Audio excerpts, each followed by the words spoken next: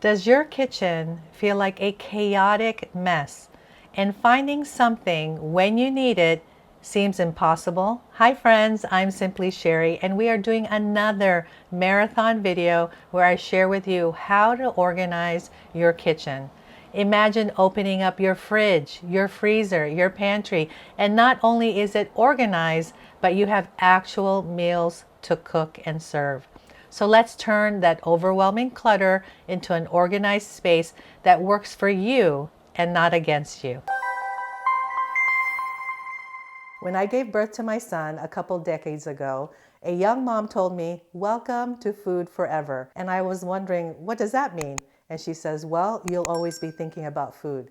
And you know what? She was right. From breastfeeding to bottles to soft food to hard food, then what's for school lunch when they started going to school? What's for dinner after a long day at work, after school care, and then on the weekends for their soccer games and their gymnastics tournaments and swim meets? What are they going to eat? When we went on vacation, on the weekends when we want to go out, or for their birthday parties, what food are we going to serve? So in this video, I'm going to share with you 3 easy tips on how to organize your fridge so you're always ready for that food forever. My first point is organize by how you think. And so all of us, we think differently. And that's one of the things I really want to stress with organizing. You have to organize for yourself. Okay, not for me, not for Pinterest, not for Instagram, not for YouTube. Organize for how you think. So for some of you, you might think breakfast for this shelf, lunch, and dinner, and then veggies and maybe meals for the week. Or you are not really breakfast people, but you do want to have some eggs and bread and butter. And here are, by the way, this is like crescent rolls and stuff. So you might just have those as just kind of things you might grab here and there, right? And so you don't really eat breakfast, but this whole thing is dedicated to lunch. This is all dedicated to dinners or meals that I'm going to cook. The other way you can think is maybe you go by the meals that you're going to cook. So if you cook on Monday, Wednesday, Thursday, and plan for leftovers, which is what I do, you might want to have a whole area just for meals. So that's where you're going to put all the stuff that you'll be using to cook those meals for that week. Okay, so example, if you're having spaghetti or tacos or beef stew or whatever, there would be a section just for those meals. For me, I like to think, the way I think is more category. And so like when you look at the grocery store, right, the eggs, the bread, the butters in one section, there's the dairy, produce and fruit, and then I have here bacon, deli, meat, tofu. So those are kind of more the proteins that I have here, but they're still categorized by the type of protein. And then we have here the veggies. So another way you think is that you may want to have all the salad dressings in one area because you eat a lot of salad, right? And then maybe this whole area is dedicated to salad. My second tip is to organize by how you eat. So the first one was organize by how you think, or next one is organize by how you eat. So it kind of goes hand in hand. And actually these 3 tips, if you can incorporate all 3, I think it's going to be the best way to organize your fridge. So I incorporate all 3.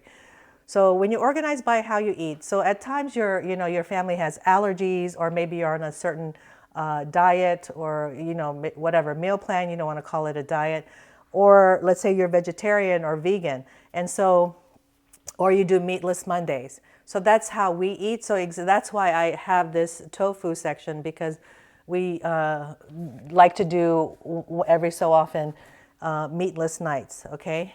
And or you have, let's say, my spouse likes to, he works nearby, so he comes home to eat lunch, and he calls this his break room, the kitchen.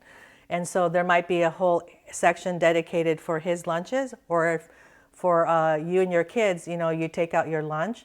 So there might be a section just for your lunches and what to prepare in there. So example, you might have the deli, the cheese, the bread in one section, because that's how you eat. You have sandwiches for lunch. Or like I said, maybe somebody has allergies, and so they have specific food that they need to eat, so you keep it in that section. or you might have a different diet or meal plan for yourself. And so let me close this and open it back up for the light. So you might have a different meal plan for yourself. And so I would dedicate a section just for your meals because they're different from your family's meals. And then my third tip is to organize by how you play. So I like to look at this where, you know, you have your soccer games or soccer practice, swim meets, kind of what I mentioned earlier, or you like to eat out on the weekends, or you like to have people over for the weekends, or, you know, a small dinner party, or another couple over for dinner. So that's kind of how you play, how you entertain, how you do extracurricular activities. Okay, so for us, we have this drawer dedicated especially for leftovers. So during the week, right, let's say this is filled up and we try to finish our leftovers, because I do plan for a couple days of the week where I don't cook so that we're eating the leftovers. And so let's say there's a dinner party coming up this Saturday, and now we've gone through the leftovers a little bit, right? And so now I have this space just for how I play, where I'm going to have that dinner party. Maybe I'll have fresh fruit here, stuff for charcuterie that's specifically for that dinner party. Okay. Or if it's going to be like you're in charge of the snacks for the soccer game, okay, on Saturday. So you want to chop up the oranges and put them in little baggies. So you want that here, or you have the yogurt or whatever snacks you have that need to be refrigerated. This is organized for that, where as we go through the leftovers for the week, there is now space for those specific events. Or maybe during the week, your kids have practice, they go to swim class or art class, whatever, and so you want to have that meal before your dinner when they come home and they're like really, really hungry. So maybe there's a dedicated area where it's really just for those that type of meal or that type of eating. You know, for me, that's how they play, where it's not your regular dinner, but it's something that they still want to have before you have the dinner later that evening. So those are the 3 tips. Organize by how you think, organize by how you eat, and organize by how you play. So here you can see that a lot of how I think, eat, and play is by category. And then you saw how our leftover drawer here is specifically for how I think and eat. And when we have people over, kind of how I play, where there's now space to put in here and your fridge is not overflowing, and then you're eating everything that you're cooking, or at least trying to. I hope these tips were helpful for you. It's just a matter of tweaking and figuring out yourself and your family and what works. So try something first, and then if it doesn't work, you know, you can change it around later. If you're finding these tips helpful and you're new to my channel, then please subscribe so you can continue to declutter and get organized. I'm now in my kitchen, and today I'm going to show you an updated fridge tour and give you some tips. It's been about 4 years since I've done my last fridge organization. I used to have the side-by-side fridge, but now I have this type of fridge. On this side of the kitchen is my refrigerator. I have a calendar up here, our KitchenAid toaster oven, and here just a picture. I try to keep this clear. Our junk drawer is there, medicine cabinet, and this is my new used fridge that I've had for I think about 1.5 years. And at that time, that's when I think the Home Edit came out with their products, and so I got everything from there and used my Cricut to label. All right, so I'm just gonna open this up. I found this fridge on OfferUp, and the good thing was that the guy took out my old fridge and he delivered and installed this. So I'm just gonna do the fridge part today, and then also this drawer. I'll do another video to show you the freezer organization. Let's start here in the middle. Okay, so the reason I labeled, and maybe you want to label, is because it just helps me think more quickly. Of course, these are see-through or clear acrylic containers, and you could obviously see that they are eggs. But for our family, my daughter likes to bake. She's still at home before she goes to college. And so we have to separate the eggs from the baking eggs, because sometimes we'll get through the eggs and then there's nothing for baking, and she might want to bake something, or I'd like her to bake something. So we've separated that. That works for our family. So those little things, when you are organizing your refrigerator, think about that. What is very particular to your family? What are things that you use all the time? And that's what you want to put in your refrigerator. I've also noticed that what I have in here is good for 2 weeks, if obviously the electricity stays on. And so what do I use in a 2-week period? These are the things that I always have in my refrigerator. All right, let me pull out this container from the Home Edit at the Container Store. Of course, you can use any container that you want. I particularly, when the show had come out, or when their products had come out, I went to the Container Store to see if they would be worth it. And it does cost a pretty penny. I don't even know if they sometimes go on sale, but I haven't been there for a while. So anyway, this is the cover. And this actually holds 1, 2, 3, 4, 5 times 3, 15 eggs. But then on top, I can put them kind of in between, and it still closes completely. Okay. The nice thing about these particular containers is that they stack.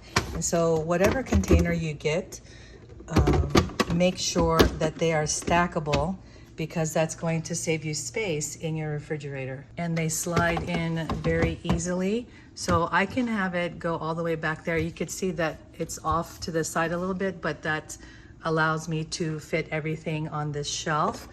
Or I can pull it forward and make it like this way, but I just wanted it this way. And so the thing with this, it obviously doesn't fit the whole length or depth of the fridge. So if you happen to get a lot more stuff that week, or you're having a party or having people over for dinner and need extra stuff, or there's like some event happening, you could still put more stuff here, and so there's still space in the refrigerator.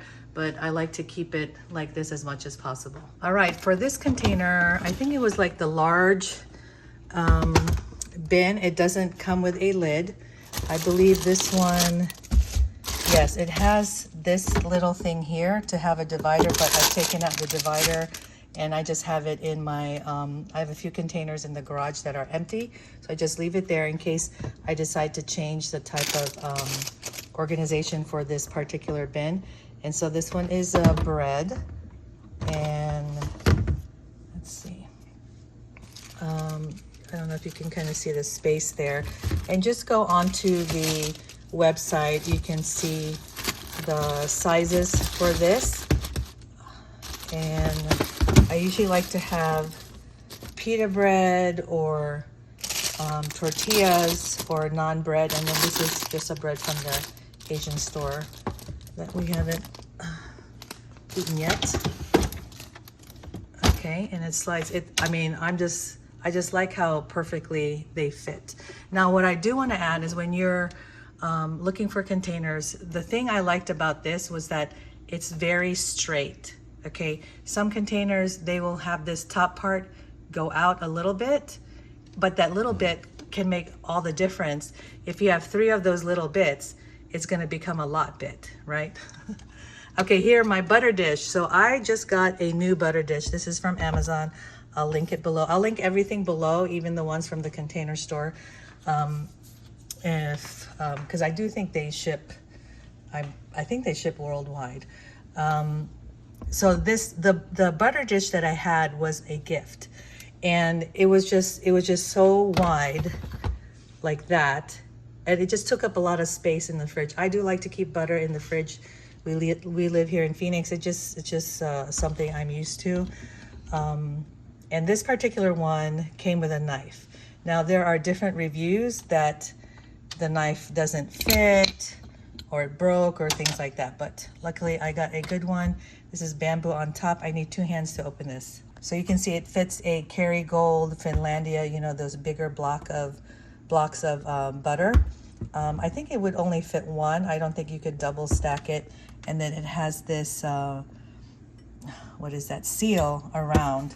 And I love it. So we usually do a big breakfast on Sunday morning. So we just have to pull this out when we're having waffles or pancakes, and I love it. So you could take it directly from the fridge and serve it.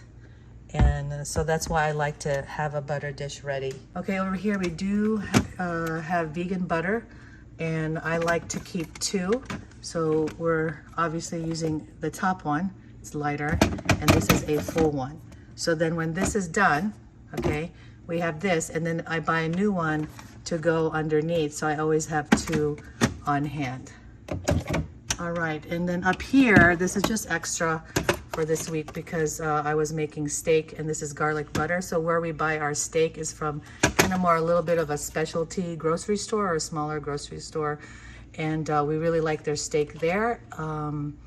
And they also serve this garlic butter. So I got that, and that's, we'll probably be having steak again next week, so that lasts. And then this one is perfect, okay? So this one, the bottom one I got from, I believe, M Design, and the top one is I Design, both on Amazon, but they're the exact same thing. This particular container, the lid opens up like that, and it has this kind of look on top, which I like. You know, it has a different, just a different look. The edges are inside, so, and they're stackable, if you notice that. But you can use this in the pantry. I've seen them put like granola bars in it. I wanted something for butter. Oops, let me close my fridge so the light will turn back on. So you can see I have 2 of them. One is for the Kerrygold, and you can see that it could fit 4. And so it won't stack another one up there. And then the second one I have is for the baking butter. And you could see that it fits 8, 9, 10. Yeah, it would only fit 10. And I put a label here, butter. This one I didn't put, I might put one, not sure if I will. And then, so again, it fits, slides in there perfectly. So you can see here, you see this edge here, there's a little bit of a lip, but you can't help that because it's that's just how it's made, and that's the lid. And then, but here you can see this has a lid, but it doesn't stick out as much. So those little things is actually what I liked about the Home Edit brand. Take a look in your fridge, see how the lids, the covers, even the slant of the container itself, if it's taking up space, it might be something that makes a difference in your refrigerator. Okay, over here, I always have noodles on hand, and I like to make ramen noodles or udon noodles, and there's a pork belly from Trader Joe's that's in a box that is like the best, and you could totally put that in your long-term freezer or just your freezer. I usually get like 4 or 6 at a time, and I've probably got to do a recipe one time because it's just the easiest thing to do, and you have a very decent ramen at home. Okay, so these, forgot where I got them, but this particular container, you can see it has the divider. Just like this big one, it would have that divider, but I don't have it in that big one. But this one, you see this thing here?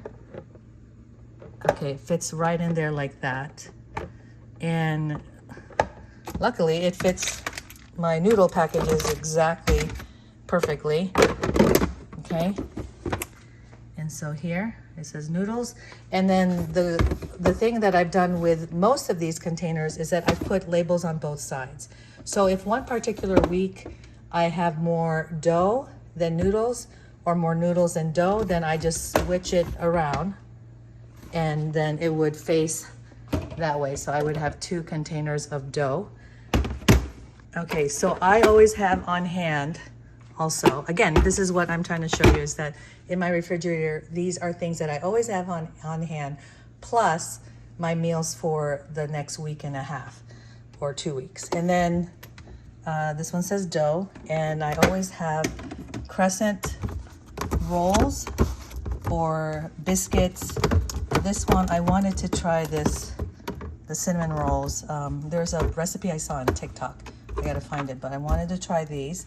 So these are great to add to your dinner, for breakfast on the weekends. it's just, or you know, there's all kinds of stuff you can make with this, like a chicken and dumplings, or like a chicken pot pie, but like a deconstructed with biscuits. And so again, I put it up here. It's off to the side a little bit, but you can't really tell, and it just fits perfectly there. And then the other side of that says noodles, so I can either have 2 noodles or 2 doughs. And then here it says Asian, and because these are kind of my Asian sauces. Now I'll show you here in the back, because someone in my household accidentally put it near a flame. I don't know what flame, but it still works, so I just keep it there. Oh, by the way, this used to be the font I used, but I changed it to this font because I just wanted it to look a little bit not so fancy. Curry paste, okay, if you're Filipino, alamang guisado, it's a shrimp paste, ginger, and gochujang, which we have Korean barbecue at home. I have a whole setup for that. Okay, and look, I mean, these could not have fit more perfectly. On to dairy. So this container is exactly like this one, but this one has the divider. I filled this up last night with the yogurt. So this can fit 1, 2, 6. This can fit 6 Chobani yogurt this size. Okay, and in the back, so this one is dairy. Okay. In the back, I have the cheese, and in the front is the yogurt. And this is where this divider, for me, is genius. I love these. And so you may want to look at that too, containers that have dividers, because now, instead of just like dairy and it's falling all over the place, this is cheese and this is yogurt, but the overall category is dairy.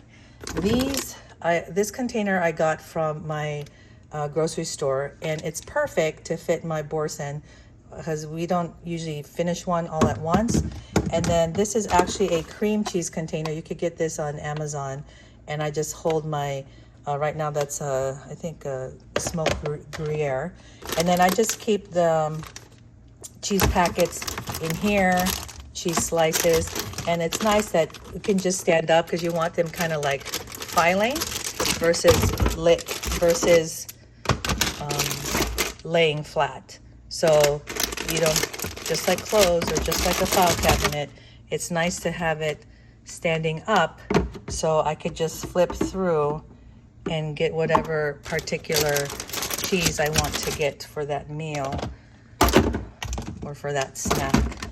Obviously you could see how it could fit like cheese sticks or Baby Bells. And then even for the yogurt, I get them in sets of 2. So like I got 2 of these, 2 of the blueberry, 2 of the mixed berry, and then I got 2 vanilla, or 4 total. And then this just slides right in. I just have to push the cheese down a little bit and pushes right back like that. Now you want to put the labels facing forward so that it's easier to read when they go grab the yogurt. Okay, spinach. We always have spinach. And I actually like more of the bag spinach, but when I had gone grocery shopping, it was just the bundle. It's just easier because it's clean. And so this particular container is the one that has this thing here. It's for supposedly fruits and veggies. And I'm going to warn you that this will only last for a week. So you see here, you have strawberries. I mean, they don't hold well. So there are better containers, but because I wanted everything the same, or to look uniform, that's why I keep these. And I just I just plan better as far as how much fruits and veggies I have in these particular containers. So again, spinach is something I almost always have, so I label this particularly spinach versus produce. And then the other side I have fruit, and that's it for whatever reason. Usually like when I'm having a party, I might have to have extra fruit, so this one would be fruit for that week. And then for this this container, I actually have on the other side produce. So if for some week I'm gonna have more meals using more produce than what I can fit in here, then I would have like that spinach produce. All right, so as I'm sharing with you how I'm organizing my fridge, I want you to think about your fridge. What are the things that you use on a weekly basis, a 2-week basis? Are there particular things that you get more of on a certain week, and how would you arrange it for that week as opposed to the week before? Okay, and so these are strawberries. We always have strawberries on hand, but for this particular container, these containers, I decided to just put fruit, because although we get strawberries all the time, I just didn't want to limit myself and I needed the other side to be produce. So I just did fruit as a general category. Here I have red grapes. And the other thing I found is that shopping for the fruit at Costco is only good when I'm having an event. If I'm buying it for us just regularly, we've found that we've wasted. Even if it's just a little, it's wasteful. And so, but what I try to do is, if we have the strawberries, is to freeze them when I see that we're not going to eat them fresh. So that works because we do smoothies. So these are red grapes. Again, it says fruit on the front. And then these are half-size containers. And you see they're the same length together as the full-size container. And I love that because then you can, instead of having the divider, you can have a whole separate one. And I use these particularly for the fruit because we can just pull them out of the fridge, bring them to the table, or, you know, if we want it as a snack, and eat it that way. And just even keep it inside this container. We don't even have to transport it into a different dish, okay? Okay, onto this shelf. Over here, the same size container, and you see how it fits perfectly on the shelf. These are my olives, capers, pickles, okay? And I just have them in these mason jars. I think these are the pint? I can't remember. And then I just have the white lids on them versus, here, pickles, olives, capers. I have the white lids on them versus the metal ones, and that's just because they're in the refrigerator, and it just looks nicer to me to have the white ones. This container is the one that's a drawer. Again, it's stackable, okay? So if, however you configure your fridge, like let's say, like this particular one can go in, okay? And I could stack it on here, but I choose not to. This is the best configuration I've figured out for what we need. This is Deli, and this is not a lid, it's a drawer. So it opens this way, okay?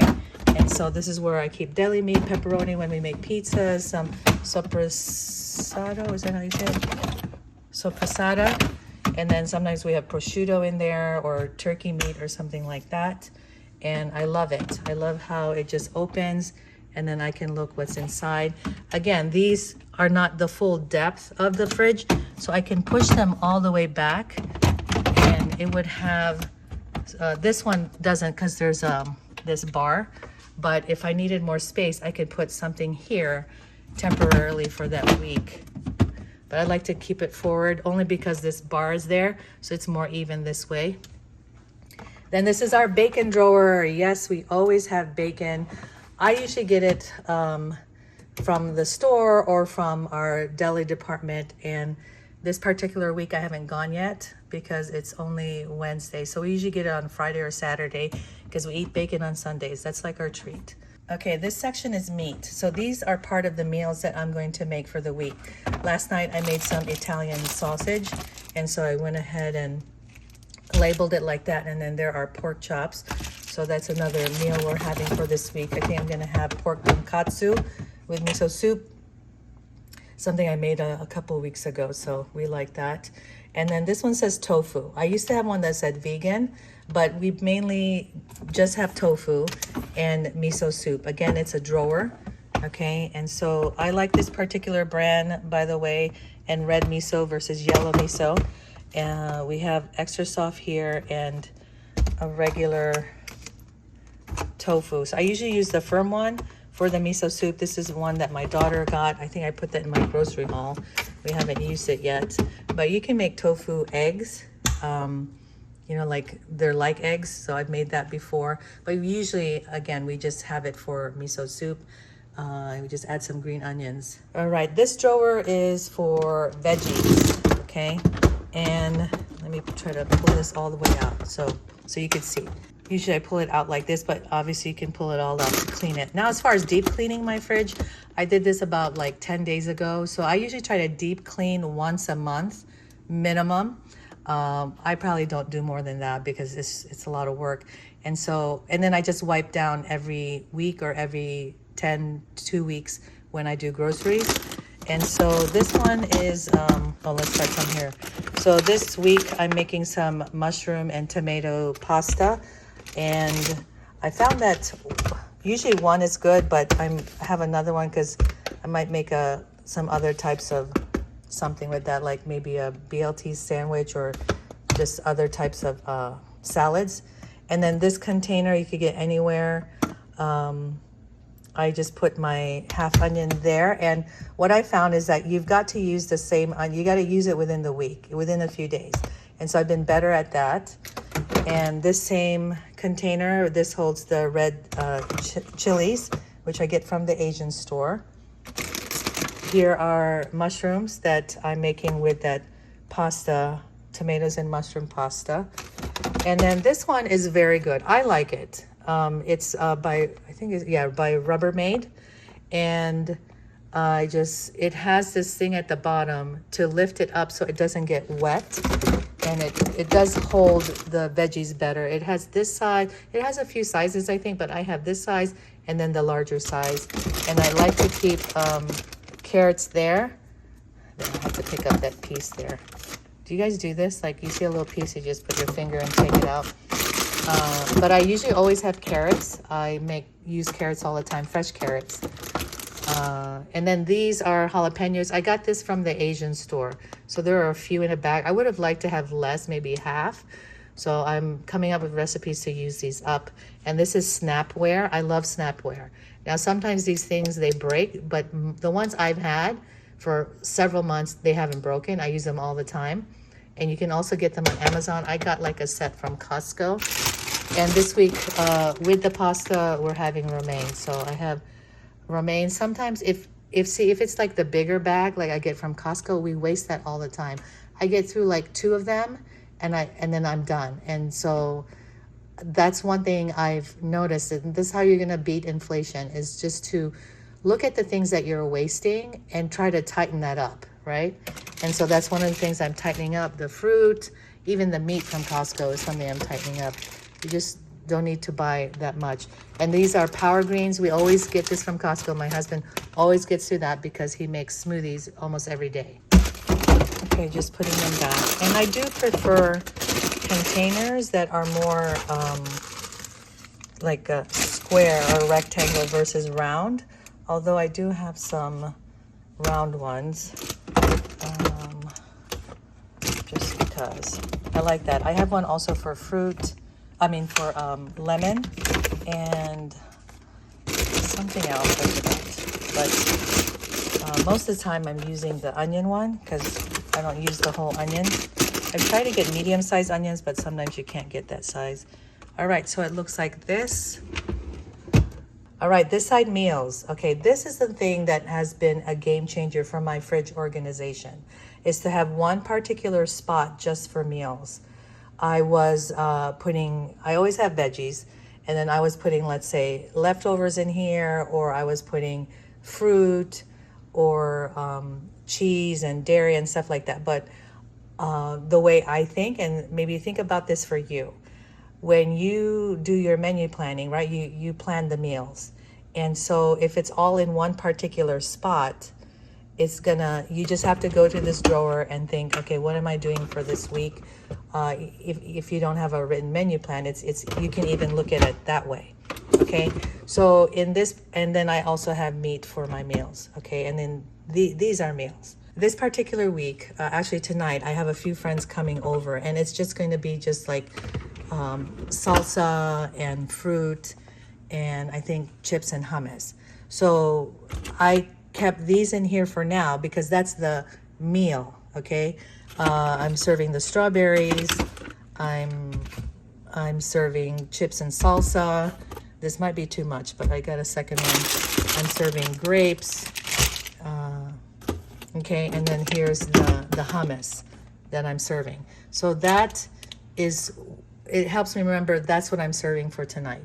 Now the other thing is, like on a regular week, if these are things that we can use for a meal, like radish if I'm making Korean barbecue, and then I have some miso that we need to finish up, and it will go with probably the firm tofu, and then I can put this in there once this miso soup is done.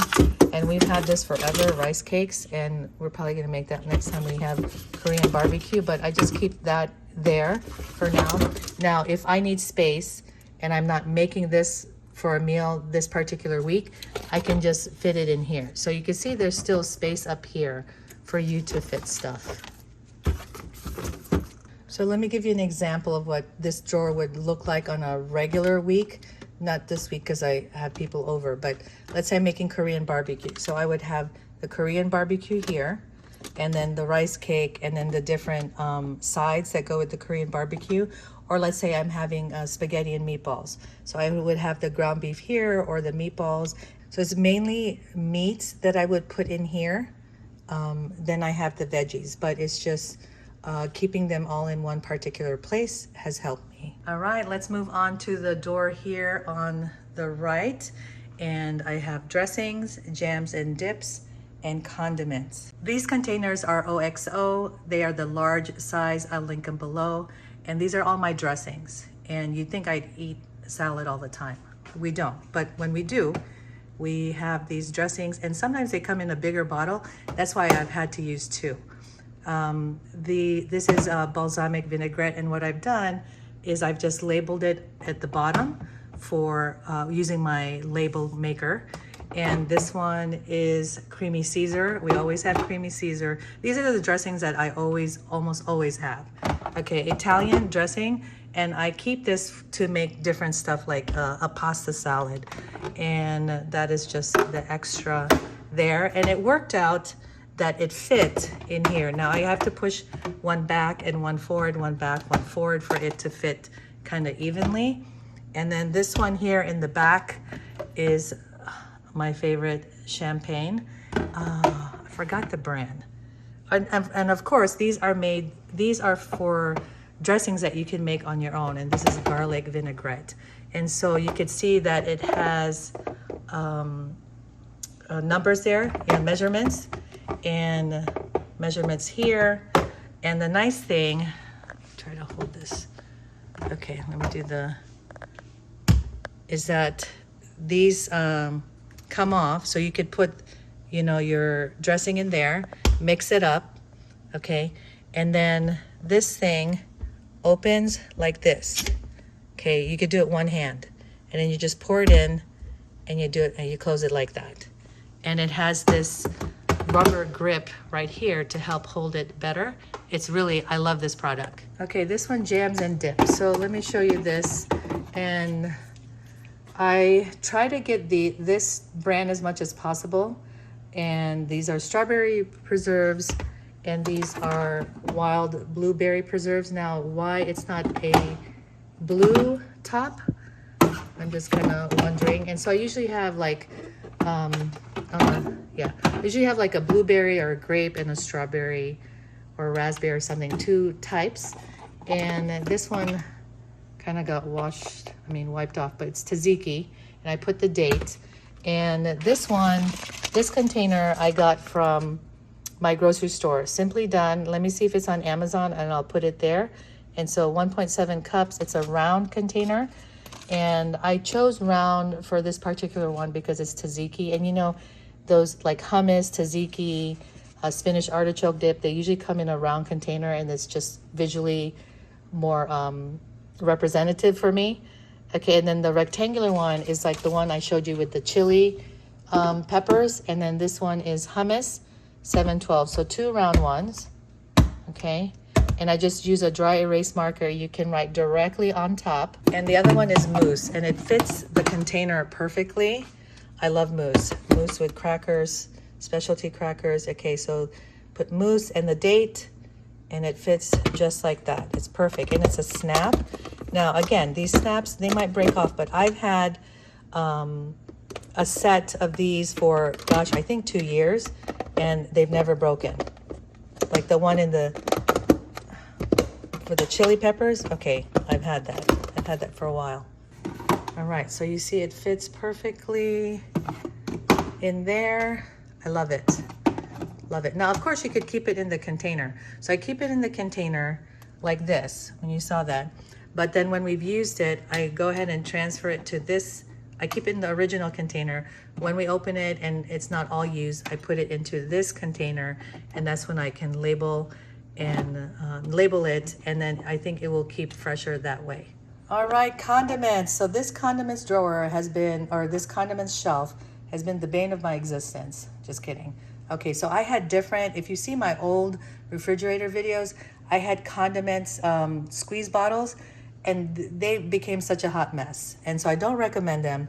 And so what I've decided to do is to keep them in their original containers as much as possible. This one is just mayo. That's mayo that my husband uses. This is Japanese mayo. Let me know in the comments below if you use Japanese mayo. And then what I found after putting all these containers in is that this particular size, the 32 ounce, is perfect in here. Now, they didn't have the sweet relish that size at my grocery store, so I got this one, but it fits in there. It's great. If I find one that's this size, I'd like them to be the same size, so that they just look more uniform. And then these are containers from OXO. I call it OXO, so OXO, and they are particularly for sauces. Again, they are meant to just, you can use it with one hand, open that up, and then pour it, okay? And so there's the large and the small, or, you know, I'll put the link below. Again, they have measurements here. The numbers are there, there, OXO, I can't see that. And so again, at the bottom, I've labeled it. So this is soy sauce, and yes, I have this particular soy sauce in the fridge. I usually don't put soy sauce in the fridge, but I have this one. And this one is the sweet chili sauce that we use with our egg rolls, or lumpia, and Filipino lumpia, which is Filipino spring rolls. This is Asian dressing I got from the Japanese store, another dressing from the Japanese store.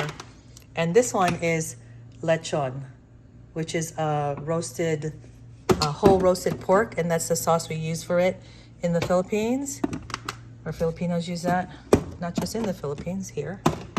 And look how nicely it all fits, okay? And the great thing about having a shelf just for condiments, if, let's say, we don't really use mustard a lot, but if you had like mustard, ketchup, relish, and the mayo, you could actually take this whole shelf out and bring it to your table and serve it from there. I mean, maybe you won't serve it inside this container, but you could take the container, put everything on the table, and then bring the container back versus taking these individually to the table. And then you could do the same thing with the dressings. If you want different variety of dressings, it's nice to have a uniform bottle, and you could just take the whole shelf off, bring it to the table, take all the containers out to serve it, and then bring the shelf back here. Okay, on to the left side. So the ice maker is here, and then we have this. Okay, I actually have my own ice maker now because we just need more ice. And so here is salsa. And I wasn't sure if I was gonna label this part, but basically this is kind of like the spicy section. I know I always wanted to have I always want salsa. Wasn't sure if I just wanted to name it spicy, because that's more of an adjective than a noun. And so here I have ginger, that's for sushi, and wasabi. We always have that. I have 2 types of salsa here. Let's see. This particular one, and then this one is an open bottle, so I'm gonna finish this up this week. But what I also have here, you know, when you do takeout, or you have like those little containers and they're not yet used, like we had Chinese food, gosh, actually like 3 weeks ago, but I still have the chili sauce here. And then I have pickles, because 4th of July we had ordered burgers, and so, but I don't want to throw them yet. I want to use them up. Okay, so this is a spot that I could have that. You have to make a spot for it if that's something that you do regularly in 1 month. And so It's, here's some mustard. And I had that because I was making some type of food one time. Okay, so caramel pudding, because I said we don't usually have mustard. But that's caramel pudding. That's my daughter. She bought it from the Asian store. I don't know what she's going to do with that. But I figured this is kind of like a potpourri, a mixture of stuff. So I went ahead and put it here. It makes the best sense to me as far as category. And then you could see how it stacks up nicely like that. Okay. And right down here is citrus. And I love this. I love this shelf. This is one of the shelves that I finally created because I always have this all the time. And the reason is like I make so many things using lemon juice and fresh lemons. I have a whole, what's that called? A platter of lemons there on my dining room table. We have lemons all the time. Okay, so this one, you can see it's the bigger size. And then I got the small ones. Now, I didn't particularly need these small ones, but I had gotten them anyway because if I'm serving, let's say I have a pancit noodles, which is a Filipino noodles, and we put lemon on them, or I had this arscaldo, which is like a chicken porridge that we put lemon in it. And so instead of bringing this big one to the table or putting it in a little dish and wasting, or, you know, having to put the lemon juice back, which you don't really want to do all the time, I just got a small one that is more for at the table. Okay, then we got the lime, and then I think this is the grapefruit one, or blood orange. Then this final shelf in the upper part of my refrigerator is for snacks. These snacks are for my husband. They're not really my snacks, but they're basically hard-boiled eggs. I've been eating hard-boiled eggs forever. And then these are mochi. So these mochis are individually wrapped, okay? Japanese mochi. We got these from Costco. There's ones that we get, these don't actually have to be refrigerated, but I want them in his snacks section. But we usually get one from the specialty store or the Japanese or the Asian store that really has to be refrigerated, and they're bigger. They're probably about this size, the size of that container. And I put them into these reusable Ziploc bags or reusable sealable bags. And the reason for that is that's how I can put a lot going vertical and contain them. So he knows this is one category mochis, this is one category hard-boiled eggs. And they fit perfectly in this L-type shelf. So imagine if I didn't have that, these would be falling over because the shelf is low, right? The eggs, they can't go this high. So that's something to look at in your refrigerator. Are there places where you could put a bag like this to add some vertical space to fill up that space more? All right, so let's move on to the drawer. This drawer is only for leftovers, okay? And so here I put a label, leftovers. The other thing it's for is that when I'm having a party or guests, I can use this for more stuff that I'm preparing for the party. Maybe example, I'm doing a charcuterie board, so I might put more of the cheese and the salami and the prosciutto here, or the fruit platter, or veggies that I'm using to build the meal. And then if I have meat, I want to separate over here. So that is on an off week, or, you know, every so often when I have a dinner party like that. But what I found is that I needed something that is really just for leftovers, because we were wasting leftovers. There wasn't enough space. It was hard to see. It was in the back of the refrigerator. It was a science project. But having it here like this now, we've been able to get through our leftovers in a much better way. These are new leftovers for this week, but last week we got through most of our leftovers. I think there was 2 containers like this that we didn't get through. And that was, I felt bad. But the rest, it was like this full. We got through all of them, and then it helped me plan my meals better. Like tonight, I'm not going to be cooking today because we're gonna get through this, right? For lunch and for dinner. All right, this is here, the onions, cilantro, and tomatoes, because I was gonna make some fresh salsa to mix with the other salsa for my guests tonight. And then we have a small container here, Snapware also. Someone had made us some green salsa. So that's over there. And then I had these, again, these container Snapware from Costco. And they came in a variety of sizes. But what I found was this particular size. I'll link them from Amazon. They're a set of 5 that I got from Amazon. And these are glass, so I prefer the glass. I got rid of most of my plastic stuff. And you can see I just label it. I put the date of what the food is. Those were dumplings. This is actually chicken 365. My daughter got it from a party, Sahi chicken. That's Indian food. Okay, we got tacos there. Chicken tikka 710. Should put that there. So this is kind of like the Indian food. Taco dumplings, and this is my starch. So, or carbs. Okay, so mac and cheese. We have some garlic fried rice there. And the nice thing about these particular square ones from Snapware, aside from them being glass, is that again, they stack and they fit perfectly in this drawer. And this one is broccoli rice. These are sardines, okay? And so you could see them stack this way. And this one doesn't stack, okay? This is too high. If I put this on top of the square, it doesn't close.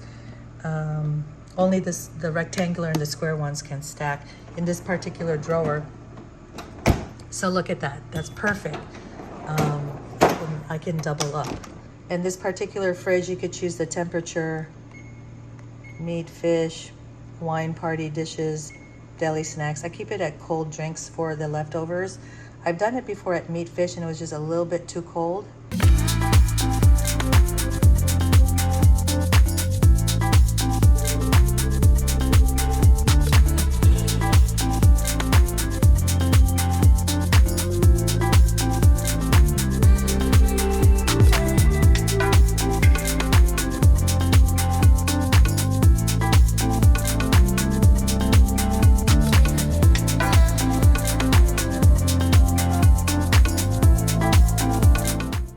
I hope you enjoyed this fridge tour and tips. Let me know in the comments below what tips you can implement into your fridge organization. If you found at least one idea helpful and need a little bit more help, then sign up for my weekly newsletter. It's called Tuesday Transformations, and I share more how-tos, tips, tools, and encouragement so that you would have less stress and more peace by creating a home you love. When you sign up, I give you 6 free printables to help you continue on your decluttering and organizing journey. The link is in the description box below. In today's video, I'm going to show you my freezer organization. It's updated because it's been 4 years since I've shown my last fridge. That was a side-by-side fridge, and now I have this type of fridge, and I'm going to show you how I've organized that. I wanted to show you the freezer when it's empty and what it looks like. So mine is this style where it's like a chest freezer and it has a drawer like this, and you can already see that I've already labeled, but I'll show you the organization in a little bit. And then it has this thing that moves this much because it has those stoppers there, and it has a basket here that I just washed, so I'm gonna put that in. Okay, here's the basket, and I do like that everything is slotted. Okay, and so it fits in there, and so the great thing is that you can take it out and wash it. All right, so this is what it looks like from this part, and also over here, and you can kind of see the depth of the drawer. So when you're looking at your freezer, whether it's a side-by-side or something like this, you have to look at the depth and the overall size. Something like this, things are going to get lost because that's just too big of a space. Even if you have Costco stuff, you'd have to have, what, 4 of them, 5 of them to fit this space. But a lot of times you don't have all those big Costco bags. You might have smaller bags, medium bags, large bags. So they're gonna get all jumbled up in there. So you need to section off these areas. The same concept for even if you're doing drawers for the kitchen or for your clothing. You see the height of that, and so if you're going to get a container, you need to get something as tall as that or something that stacks. And if you get something that stacks, just know that the thing at the bottom is going to be harder to get to, so that you could put stuff there that you keep longer in the freezer.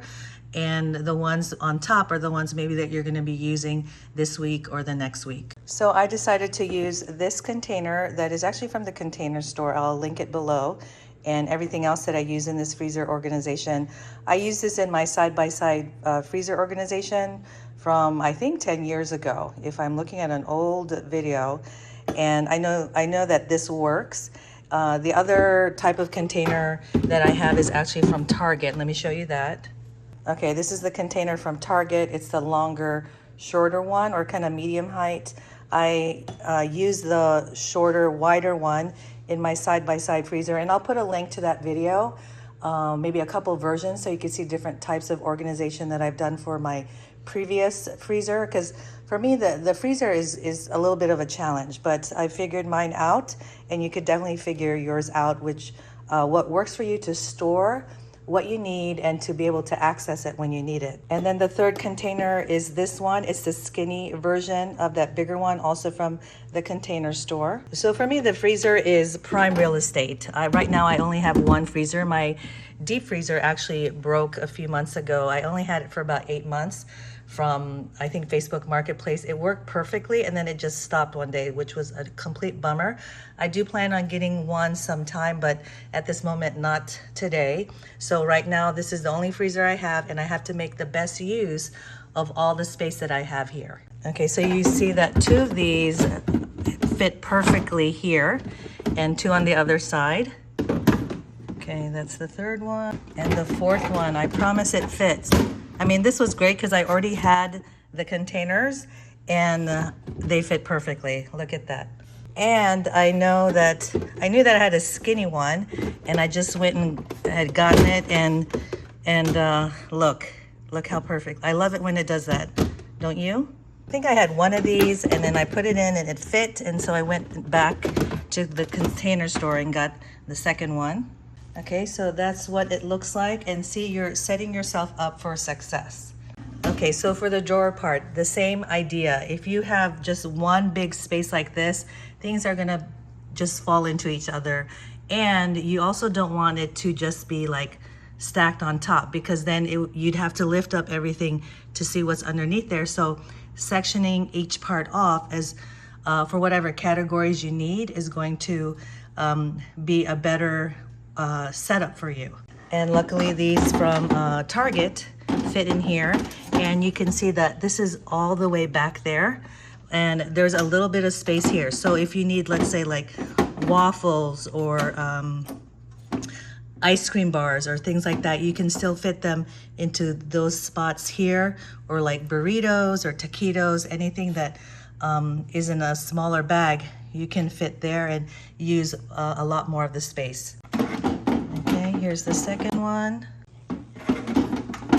the third, and the fourth. And so in a perfect world, a fifth one would have been great to fit in here, but it's just a little bit too narrow. So that's fine, because that's where my ice cream goes. I've put everything back into my freezer, and I'm gonna show you how I've organized it.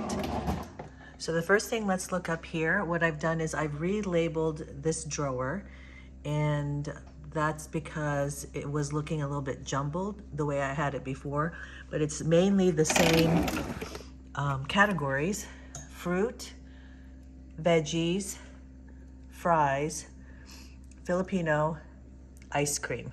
I've moved the veggies from here to here because in my mind it's actually more fruits, veggies.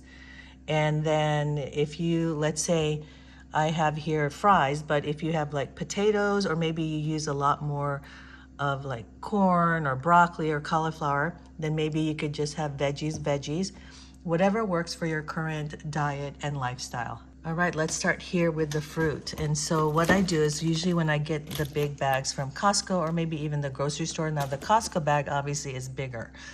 And so I usually just get 2 types of frozen fruit. And like I said in my how to organize your fridge video, sometimes I have a lot of strawberries that I know we're not gonna get through. So I just go ahead and cut those up and put them in the freezer. And I have this reusable, sealable bag. I'll put the links to all my how to organize your freezer items from my Amazon store and individual links in the description box below.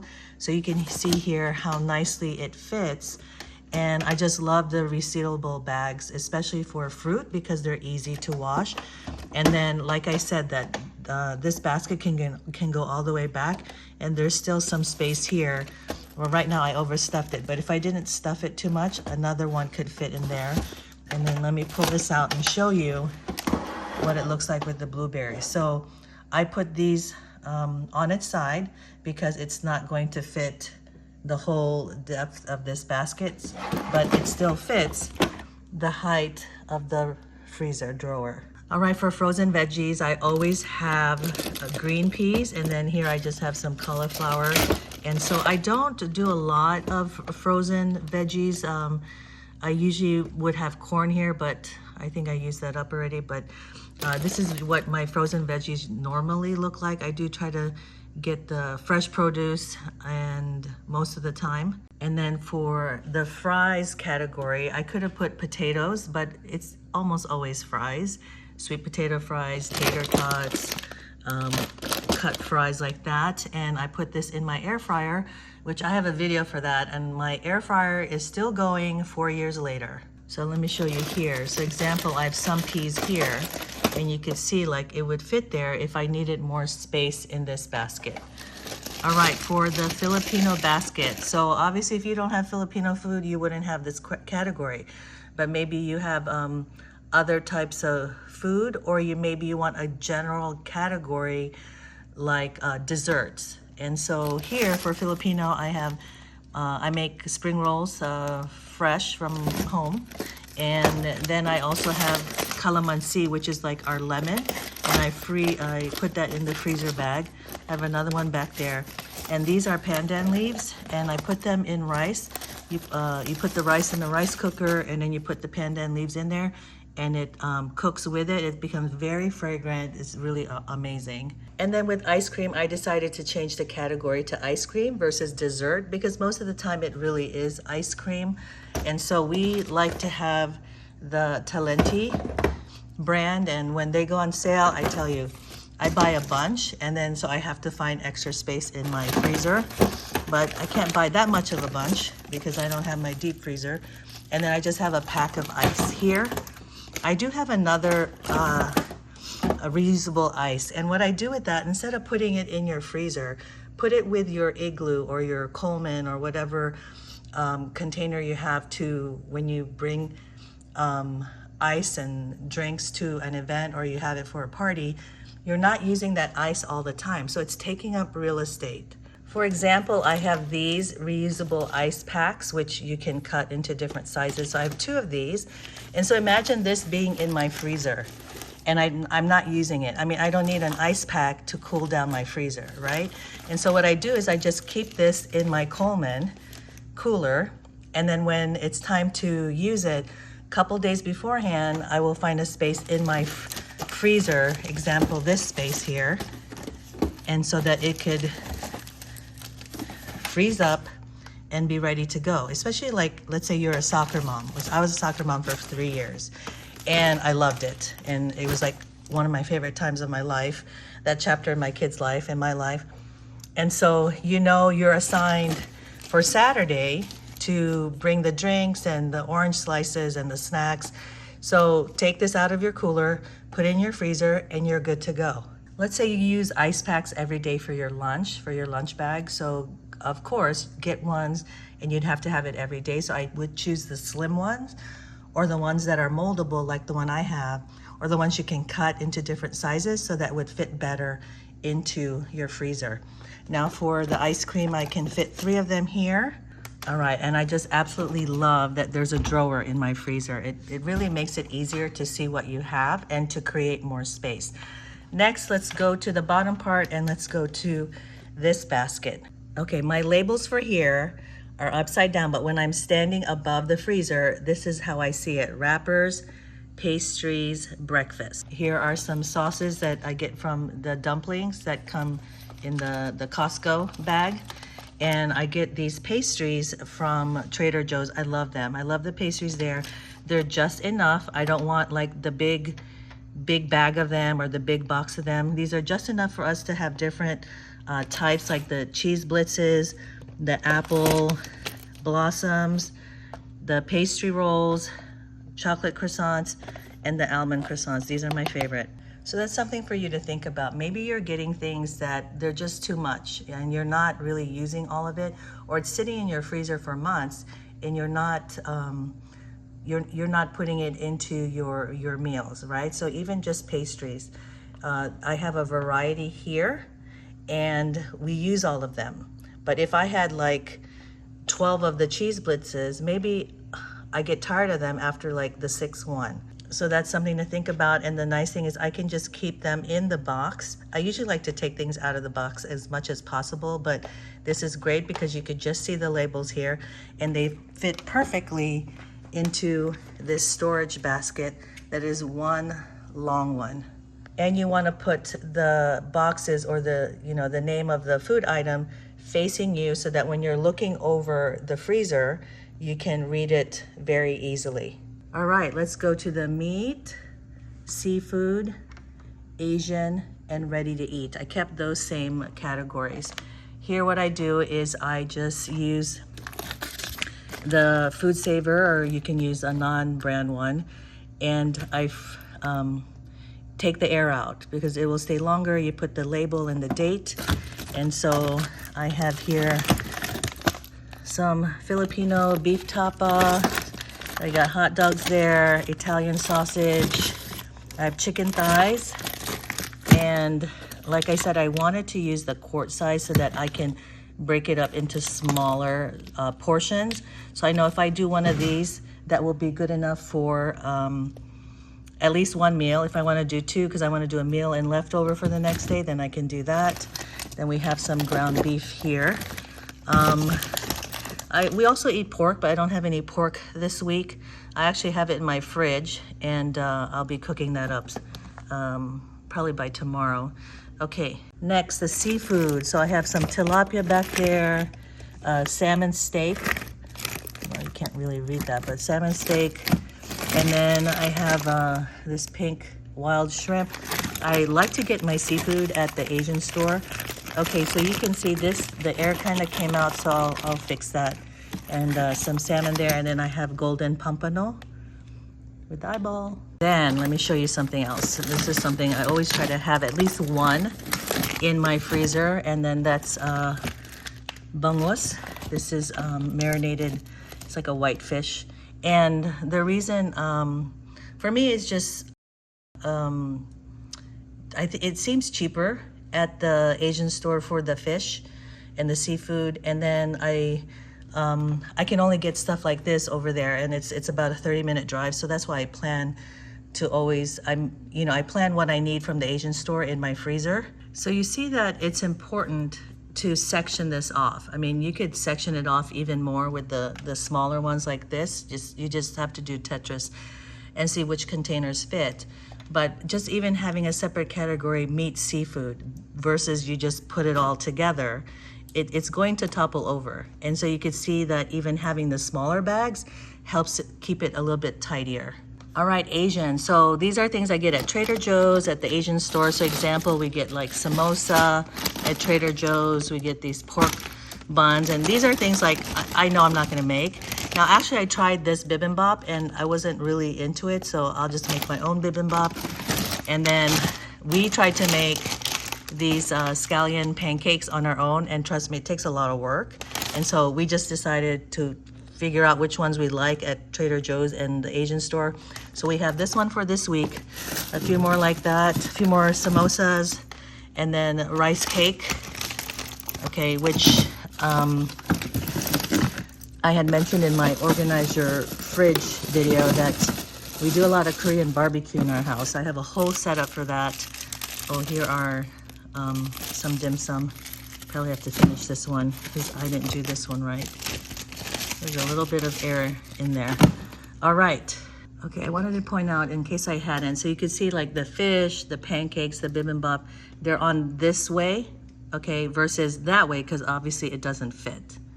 But you also want to put the labeling or the front of the package facing the same direction as much as possible. So it's just easier for you. Like when I look at here, I see this, I see that, I see that. Okay, these are my ready to eat. I mean, these are pretty much ready to eat, but I separated it Asian, and these are the non-Asian, although I do have, oh no, I thought it was sweet and sour chicken. No, it's gnocchi. Okay, I think this is Trader Joe's. This is from Costco. I got one left. And so obviously when I first go to Costco, there's a bunch of these. So it's gonna be higher, okay? And we got some, I think burritos here. Oh, not tacos, I don't know. And cheese balls. And then this is from Costco. So you see how big this thing is? Okay, you gotta plan that out, right? I mean, maybe, and you can't take that out of the packaging. It's got to stay in the packaging. So you might be able to get 2 in there, possibly a third one diagonal. And, you know, your space is limited in your freezer. I'm trying to give you tips on how to make it, how to create more space, which I think if you do it right, you're going to have a lot of space for what you need. This is more than enough for 2 weeks worth of food. I mean, we probably can go into 3 weeks. Let's go to these skinny baskets, okay? And so one thing I always have also are wrappers. Like I said, we make our homemade empanada, we make our homemade lumpia, the spring rolls, and once in a while we'll make a homemade dumplings, although I haven't perfected that recipe yet, but this is empanada. I make the filling. My daughter sometimes makes the dough from scratch, but when I want to help her out and not let it be so tedious, I buy that. But we definitely love her dough much, much better. And then here are dumpling wrappers. And then these are Filipino spring roll wrappers.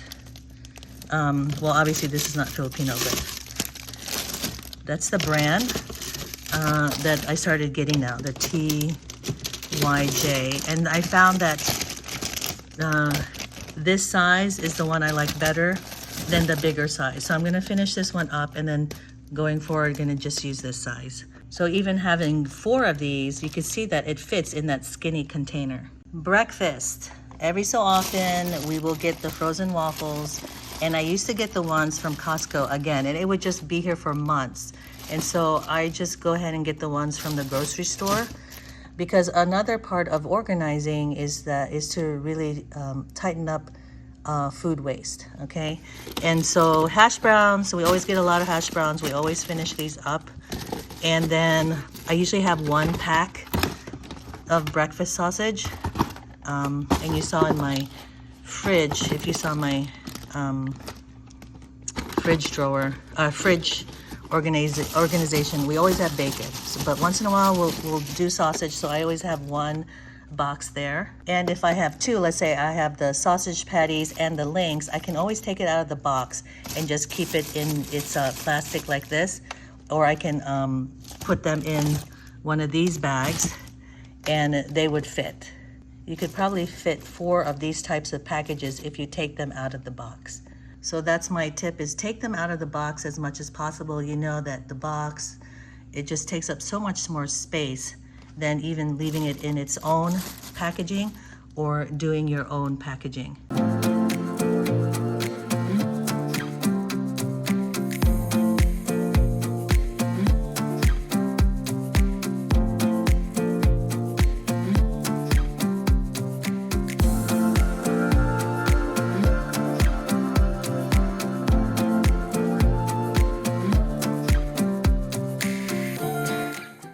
I hope you've enjoyed this video of my freezer organization. Let me know in the comments below what you always have in your freezer and how you organize it. When it comes to your kitchen, organizing your pantry is vital in supporting your lifestyle. No matter what dietary restrictions you have, food allergies, how you cook, when you cook, it's there to support you so that it's easier for you to cook. You know what's in there, and it helps you have the healthy lifestyle that you want. Hi, I'm Simply Sherry, and I help you have less stress and more peace so you can create a home you love. In this video, I'm going to show you 3 easy tips on how to organize your pantry so that you love it. So this is my walk-in pantry, and my kitchen is over here. There's a playlist on different ways I've organized different areas in my kitchen if you want to watch that. So we're going to go to my walk-in pantry and show you a little bit of how I've organized it, but more importantly, how you can organize the space that you have. My first tip is work with what you have. Not look at my walk-in pantry and say, oh, I wish I had a walk-in pantry. Or me looking at another home and saying, oh, I wish I had a butler pantry. If you only have a cabinet or one area in your kitchen, then that's what you work with. If you just have a shelf, if you have a wall of shelves, if you have open shelving, if you have a bifold door, and just some shelves, then that's what you need to work with. So that's my first tip, is work with what you have. Live in your reality self, not your fantasy self. Now, don't get me wrong, I do appreciate my walk-in pantry, and I love the space that it provides. It's been perfect. I don't ask for more. I do have a prepper pantry, and then I have another prepper pantry because I do prep, and those will be other videos. I do have videos on prepping here on my channel. You can watch that, but this is my main pantry. And I'm just gonna show you an overview. Of course, when you open it up, you might think, oh, that's, of course she'd have an organized pantry because look at all the space that she has. Well, no, that's not true. There's a lot of spaces, there's a lot of areas in people's homes where there's a lot of space, but it's not organized. First, you have to work with what you have. And so for me, this is the space that I have, and this is what I work with. I can totally relate. I've lived in homes where it was just a cabinet when we didn't even have a cabinet, when I had to put shelves. I've learned to work with what I have, and I know you can too. My second tip is to begin with the end in mind. You hear that all the time in different aspects of life. But with organization, that is one of the things that I do teach. You have to begin with the end in mind. So for me, this is the space that I have, right? This is what I'm working with. Now, do I want most of my pantry to be supporting baking endeavors, right? Or do I want it where it's really half of a prepper pantry, or mainly a prepper pantry where I put a lot of back stock and canned goods? Or is it where the things that I want to cook for the week, there's a section for that? Or do I like to not go to the store? So I want to have a lot of duplicates or back stock.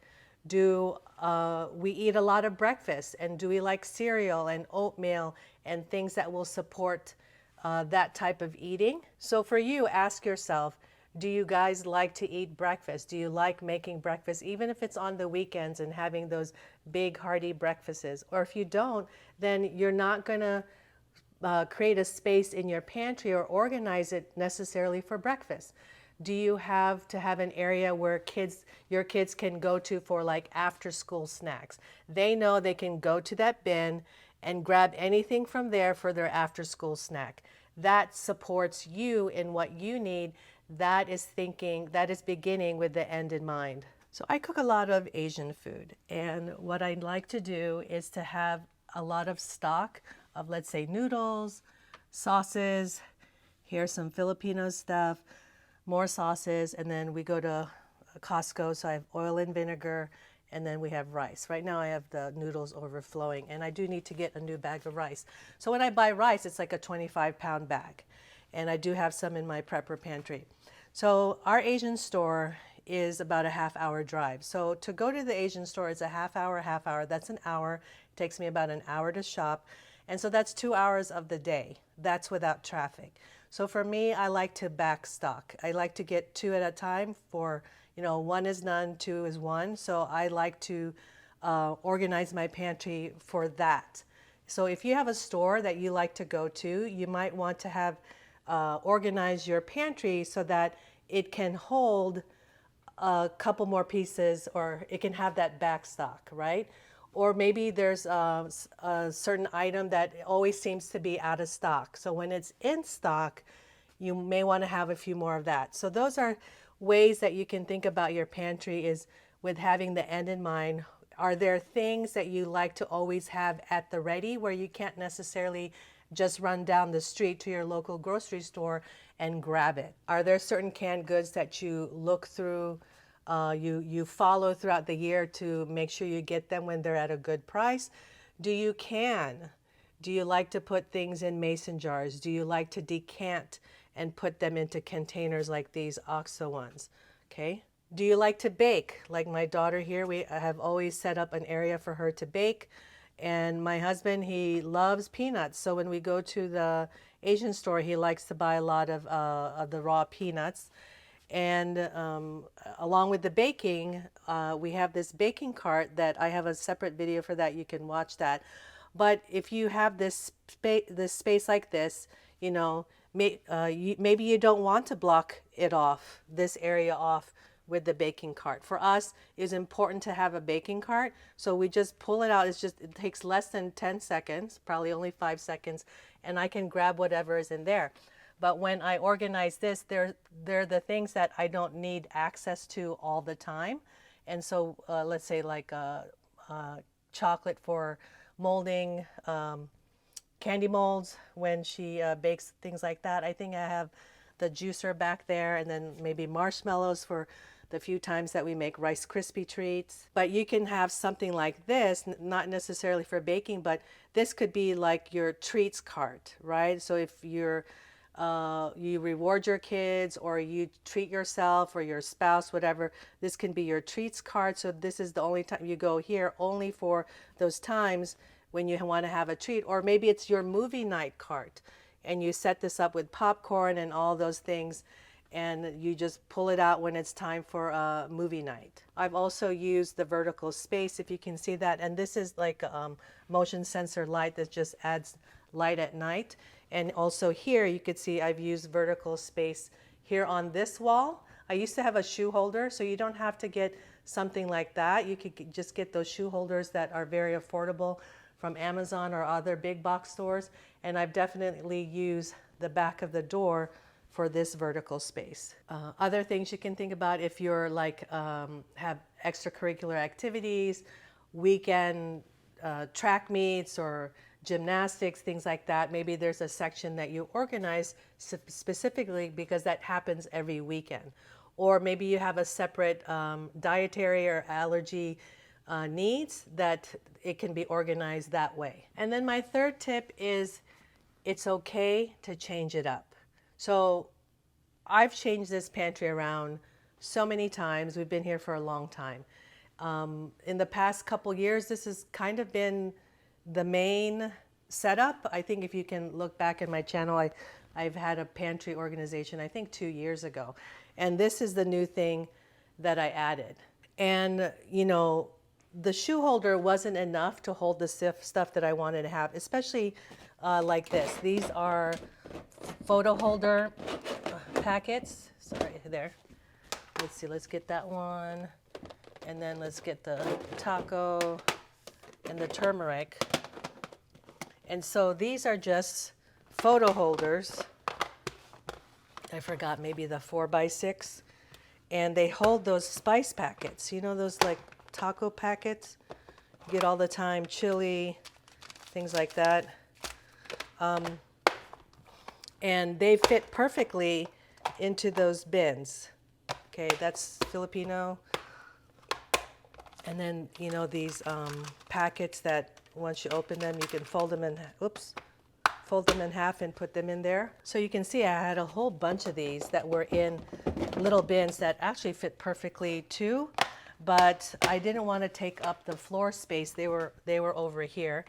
I didn't want to take up the floor space anymore, so I saw, you know, hey, here's some vertical space. Why don't I use that? And it's been perfect. But my point is that I changed it up. It's okay to change it up, right? Your dietary needs change. The number of people in your household changes. Your preferences change. Your weekends, your curricular activities, your sports changes. So it's okay to change it up, but as you change it, you start to realize, you know, what's working and what's not working. The whole goal is to support your lifestyle, how you prepare food and how you eat. So those are my 3 tips to better organize your pantry so that you love it. 1, work with the space that you have. 2, begin with the end in mind. And 3, it's okay to change it up. Today I am in my kitchen and we are going to continue my updated and organized kitchen series. We are going to declutter, clean, and organize under the kitchen sink over here. So let's get started. This is my kitchen sink area. It looks like this when it's all clear and done. Probably be bringing those to the laundry room, get a fresh set. And here is under the kitchen sink. To the left is the dishwasher. Then I have 3 drawers here. And then these are fake drawers. I have these rods that I've screwed in that hold kitchen towels there. And sometimes I change them out for seasonal looking towels. Then I have this here that I know everything is good there. I've already wiped this down.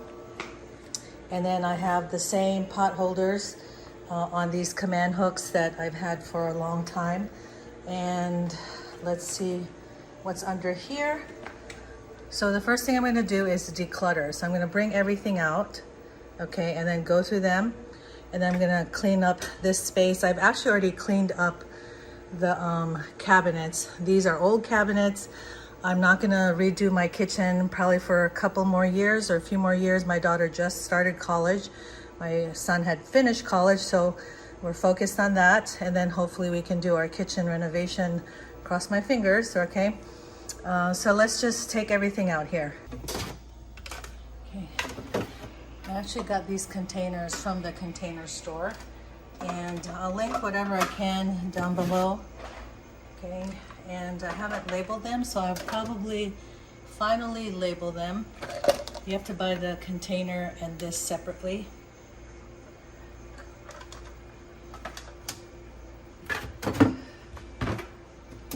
Okay, the other thing I'll do when I'm done decluttering, and it's the cleaning part, I will wash all these bins. They haven't been washed in a while. I had some problems with crickets here just recently, I think just during the summertime. And this container is also from the container store. You can see like it's a drawer. I actually like this. I just wish that it wouldn't move around so much when I actually open the drawer, and then I'll just leave that brush there. And so the major thing I had done with my under the kitchen sink was to get a Berkey, since that's better for those of you who like to prep. It cleans the water better. And I took out the reverse osmosis machine that was here, but I think some of the tubing is still here, okay? But I'm not gonna bother with that. Okay, I have these on command hooks up here. These are from the container store. I've had these forever. One is for electronics and the green is for furniture, maybe like blinds or chairs or things like that. Okay, then I have this, which I'm keeping. It's a little zapper. I also have lots of mosquitoes recently. Been in this house a long time, and all of a sudden the mosquitoes love me. Well, the mosquitoes have always loved me, but now they love me in my house. Okay, so let's start decluttering. Okay, so this is real life. It doesn't look as nice and cute when it's all new, but I think I'm going to let go of this because it really doesn't work the best for me.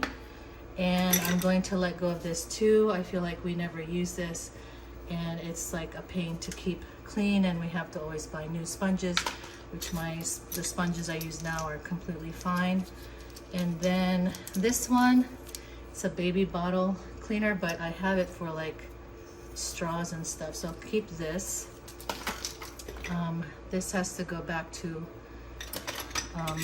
the toothbrush container. that I use for like cleaning the cabinets, the crevices of the cabinets and the sink and baseboards. Okay, so this is for the garbage disposal.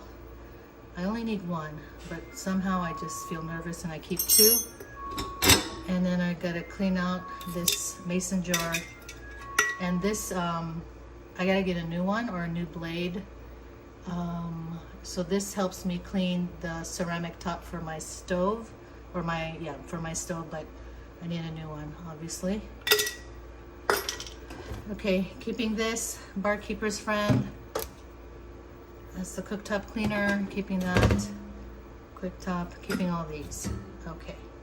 And some of my AeroGarden fell in there, so let me clean that up. Okay, the only hard thing about this is that it's attached, and I did that on purpose, but when stuff gets behind here, it's not really that easy to clean. I'm cleaning it now because I'm here, and I really don't enjoy cleaning this part. So I try to do this every quarter, okay? I switch it up in ways, you know, as far as scheduling how I do these things. I usually try to deep clean one part of my kitchen on Wednesdays. So I just pick a certain part, and that's when I usually get something like this done, or I add it to spring cleaning, or I add it to fall cleaning. But I don't really like to do deep cleaning in the summer. So this is the hard part, you know, is getting into these crevices. That's why you need that toothbrush. And I just wish I could just get new cabinets. Okay, so see this part. I've already painted these cabinets once by myself. Oh no, with the kids, I forced them. That's been a few years. And I mean, there's a lot of, just needs a new cabinets. It's hard to, can't just paint over these anymore. They're not the most expensive cabinets anyway. So we just need new ones. Okay, yeah. This won't come off, at least with this. You just try to get the hinges and stuff. All right, I also have a rug that goes here that is currently in the washer. I did get a rug that is washable. Let me put aside the ones that going, keeping, throwing, cleaning. Okay. This is borax. Okay, this is a dishwashing detergent. And I think this is more borax. Okay, so I usually use the borax most.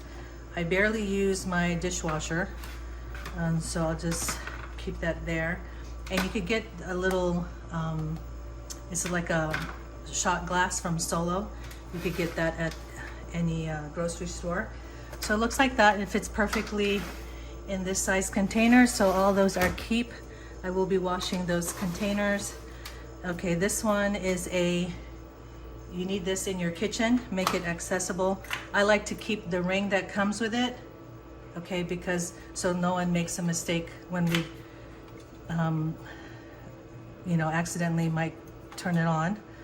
Okay, then I just have some basic bleach, and I have this that I got from the thrift store, milk glass.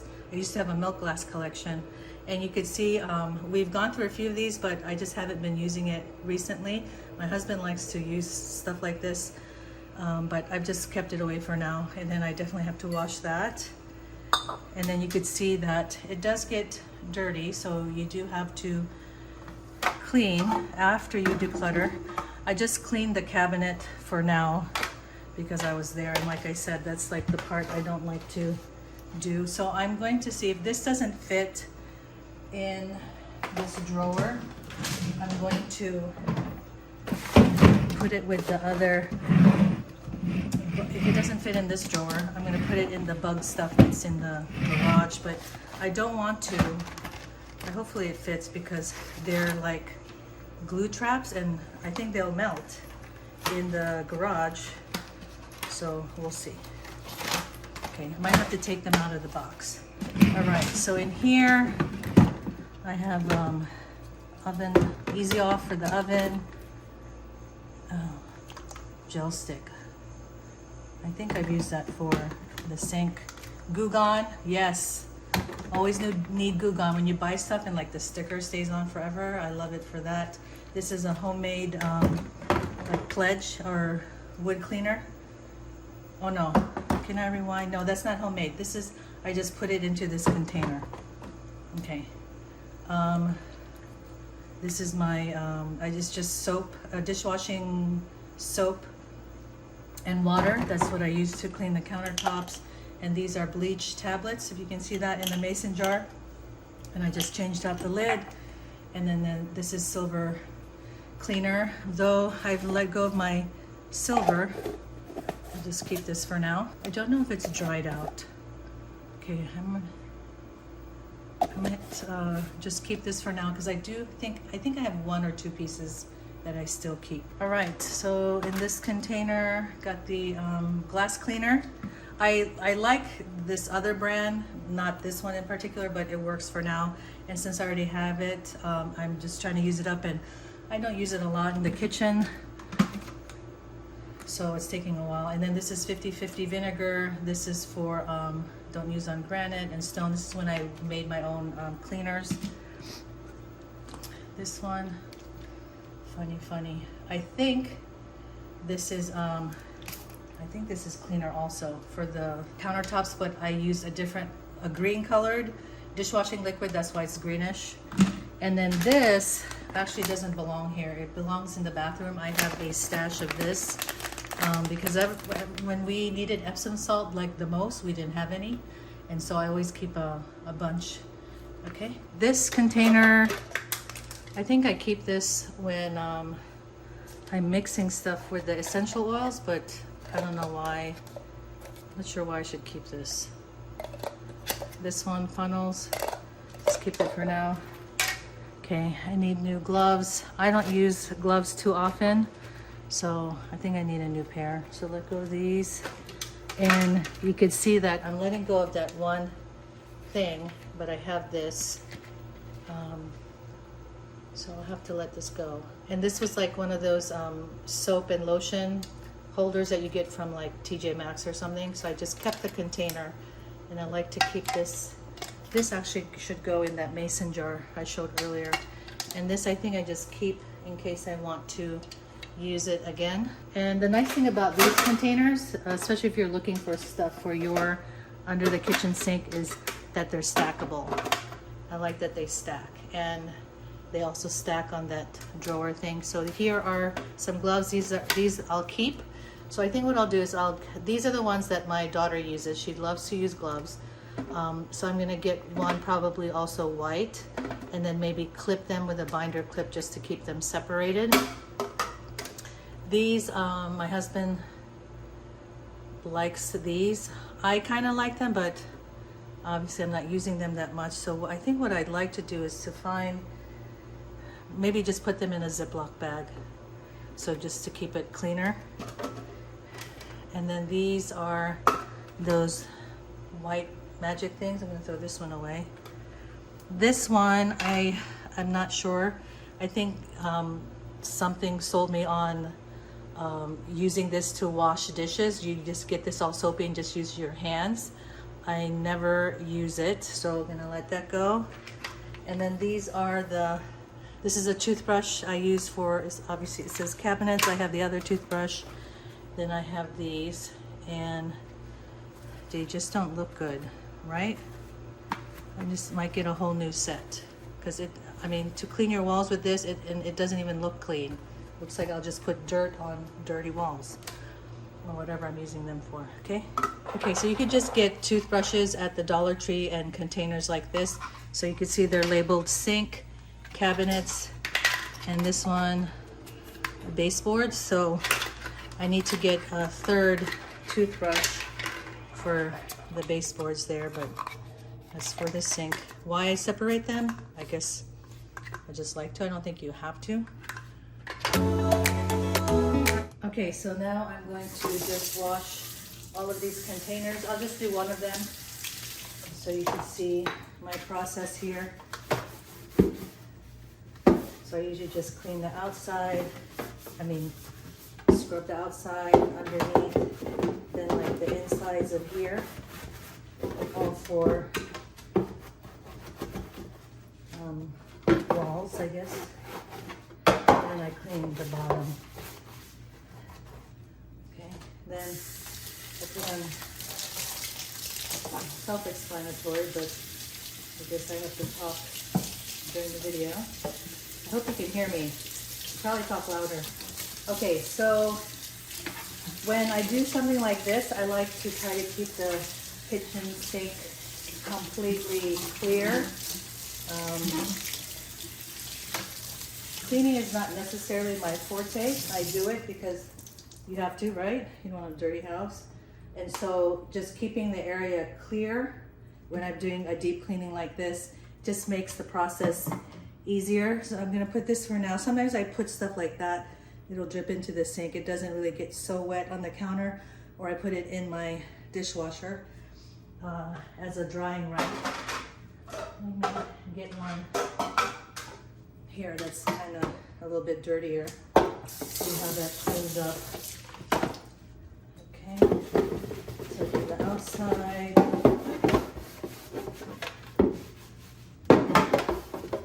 Same thing. Maybe this will motivate you to declutter, clean, and organize under your kitchen sink. I know when I'm cleaning, like if I'm doing like a deep cleaning, I would probably have the TV on right now, which is actually in front of me in the family room, and watch either cleaning videos or a podcast or something that doesn't require my complete attention, or even like reading. Sometimes there's videos where you have to read, they talk and then you have to read. No, I find something where I know I can just listen to the person and it's either informative or entertaining. Okay, there, it came out. So,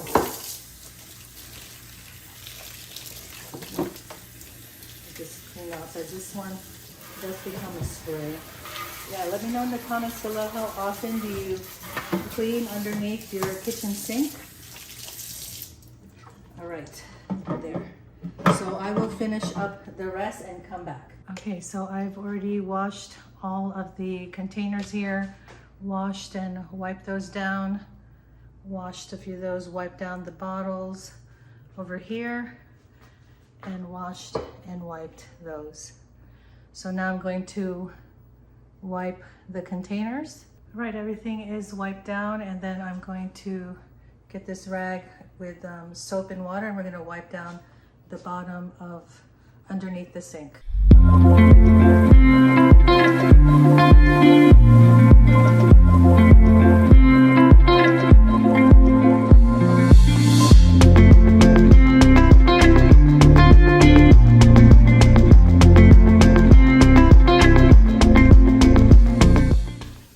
This vinyl flooring several years back because I had a leak under my sink twice. The second time it was too much that we had to change the board, and then I put this in. So I think it's been good. Alright, so I've decluttered and cleaned, and now it's time to organize. And I went ahead and put stuff back where I think they should go, and then I'm going to put the containers in, and I threw away the things that I said I was going to get rid of. And so this is what's in here now. But before I go with the inside here, I want to show you that I went ahead and changed this around because I feel like the little fire extinguisher should be more accessible. So I put it here, and I put the toothbrushes in here with the other cleaners and the scraper, and then the two cleaners there. Okay, so those are the cleaners, and then I call these the daily cleaners. And luckily this drawer thing has this kind of lip here where it can fit. And these containers I got from Amazon a long time ago. So it fits like that, and it looks nice and uniform. So I put the daily cleaners, the ones that I use more often, up here so that they're easier to access like that versus going into the drawers. And then, oh yeah, by the way, these did fit in here, so I just kept them in the boxes. And then over here, I put the steel wool in a Ziploc and put that little tray there. And the nice thing with these containers, like I said, they're stackable, but since, you know, underneath you can configure it to getting shorter ones or longer ones or wider ones. And then this one, I'll have to get more magic erasers. This one will be for gloves. And I put it this way because we access the gloves more than the magic erasers, than the steel wool. All right, hope you can see that. And then so for this, the calcium, lime, and rust, I got a bigger one like this because I wanted to have a container, this one, for the sponges, and it fits there so that the tall bottle can go in the back here and I can have this sitting on top. I could put more sponges here, which I'm going to, and then put more in here. So I like to have a bunch of sponges as backup or backstock. These are the sponges I use, so just open them up and start putting them in kind of in the same direction. And whatever doesn't fit, I will put underneath in that bigger container. So I order these off of Amazon, but I usually sometimes, but I also get them at Target, and that's where I've seen them, so I can have it like that. So this will last me a while. Okay, there. Then the ones that didn't fit in that smaller one, I'm just gonna put in here. And hopefully that's enough space. All right. Okay, fits perfectly. And then this goes on top. Oops, let me move it that way so that the label is facing out. All right, over here I'm gonna put the bleach, and it goes behind this drain there. I don't use the bleach often, probably maybe once a week, so it's okay for me to kind of pull this out, move this over a little and grab it that way. But if things like that bother you, then you just find a way to make it more accessible. And last but not least, we have these, and you can see like it doesn't fit perfectly, which is fine. You could either put it there or over against there. And if I really need more space, like here towards the front, I can push this back and I still have more space for stuff. But this is all I need underneath.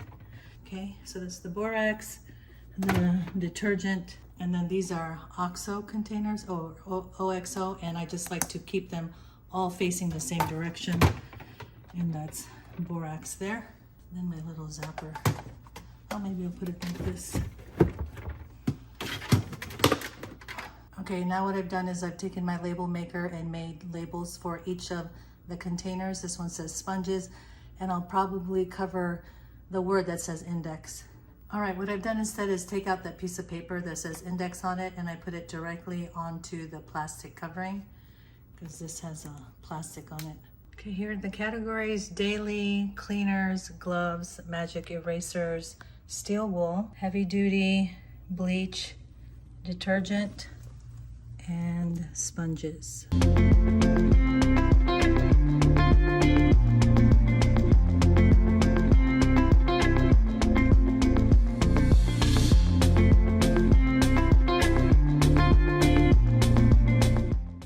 Okay, I cleaned the rug and put it back, and this probably took about 55 minutes to an hour.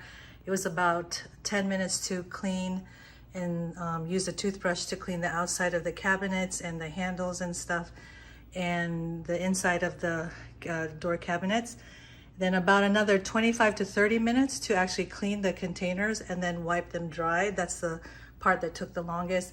Decluttering was probably about 5 minutes if I wasn't talking to you and explaining the things that I was letting go of, because a lot of this stuff is already decluttered, and the system has been working for me for a while now. And then as far as organizing, that was about 10 minutes, just putting everything back and putting on the label. So if you're going to do underneath your kitchen sink, just kind of give yourself at least an hour, less, maybe more, depending on how much you have to declutter, how much you have to figure out the configuration and things like that.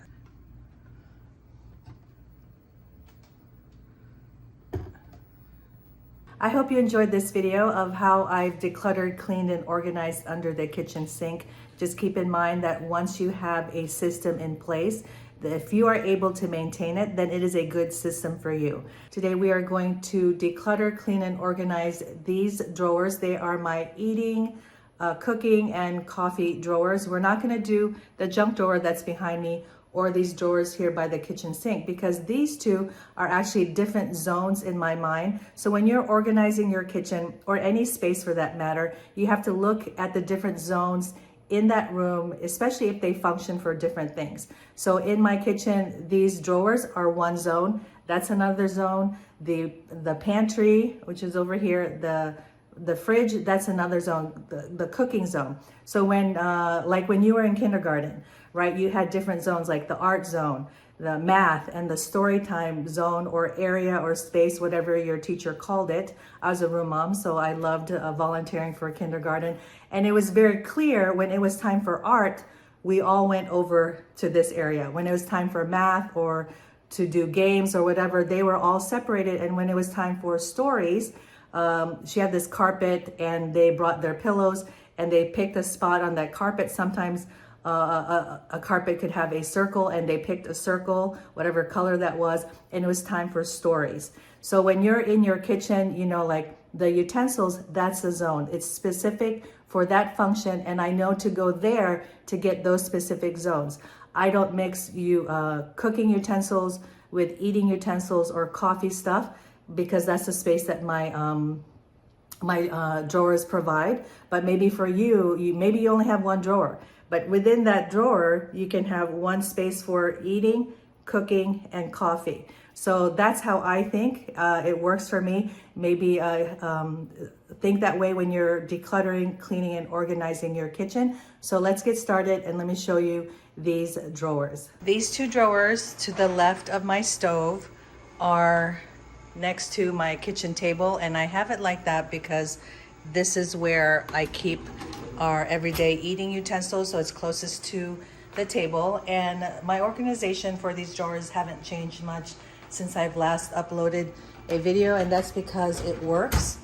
And then here to the right are cooking utensils, and then these two drawers to the right of the stove are a little bit narrower than the ones on the left, but they still fit what I need. And these are serving utensils, and to the right are basically my knives. So I don't have a big kitchen, and so it's not going to be far to get my everyday utensils from there to go into my dining room, and then my living room is over there to the right. And I say that because sometimes I have small dinners, or sometimes we eat there at the dining table for breakfast or even for dinner, and so it's not far, okay?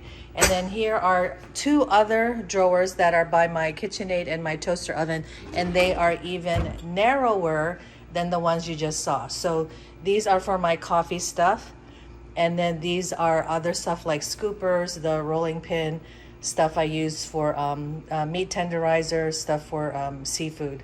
So this has worked really well when I had the coffee stuff here. I've since moved the coffee to my dining room into the armoire, and I'm waiting to change out the armoire if I'm going to before I move all this stuff. Ideally, that would go right there where my coffee is, but it's good for now. So the first thing I do is declutter, then clean, then organize. So I've done this years back, and every so often I might do this. I don't do it often anymore because it's pretty decluttered, but once in a while, example, I'll have too many bamboo spoons. I love bamboo spoons, and I'm probably gonna get a new set because this is probably, honestly, I think it's a couple years old, okay? So what I've learned this from Peter Walsh. So you take a month and you take a box, okay, and put all your utensils in this box or container, whatever you have, okay, put it in there, And when you go to cook, example, these are my cooking utensils. You can even separate it, like this could be, this is my cooking utensils bin. Okay, this could be my eating utensils. And okay, so those are all my cooking utensils, right? And then you could do the same for your serving utensils or for your knives, or you could just mix these all up together. And then in 1 month, you see, you take what you need from here. Let's say I'm gonna cook some, cook dinner, and I need this, and then I need this maybe. Okay, so I wash these, and then I cook. Okay, so when they're done and clean, okay, I put them back into the drawer. Okay, so now in 1 month, I've used these, okay, maybe the first week, first couple days. And then maybe Wednesday, that was a Monday, I cook probably about 3 times a week. I go to cook again. Maybe I will use the same bamboo, or maybe I like this one that's more like a spoon. Okay, wash that. See, look, I need a new one. Wash that. Okay, and then I'm serving maybe that. I use that. Oh, I also needed this. Okay, so I've used them all up. Okay, cook, clean, and then put them back in here. Okay. All right, so usually, let's say you don't even have the drawers. You just throw them in, okay, because right now you're decluttering. You're figuring out what are the utensils that you're actually using, okay? So trust me, try that. And it really helped me to declutter the kitchen drawers here. Then you do the same thing for the utensils, right?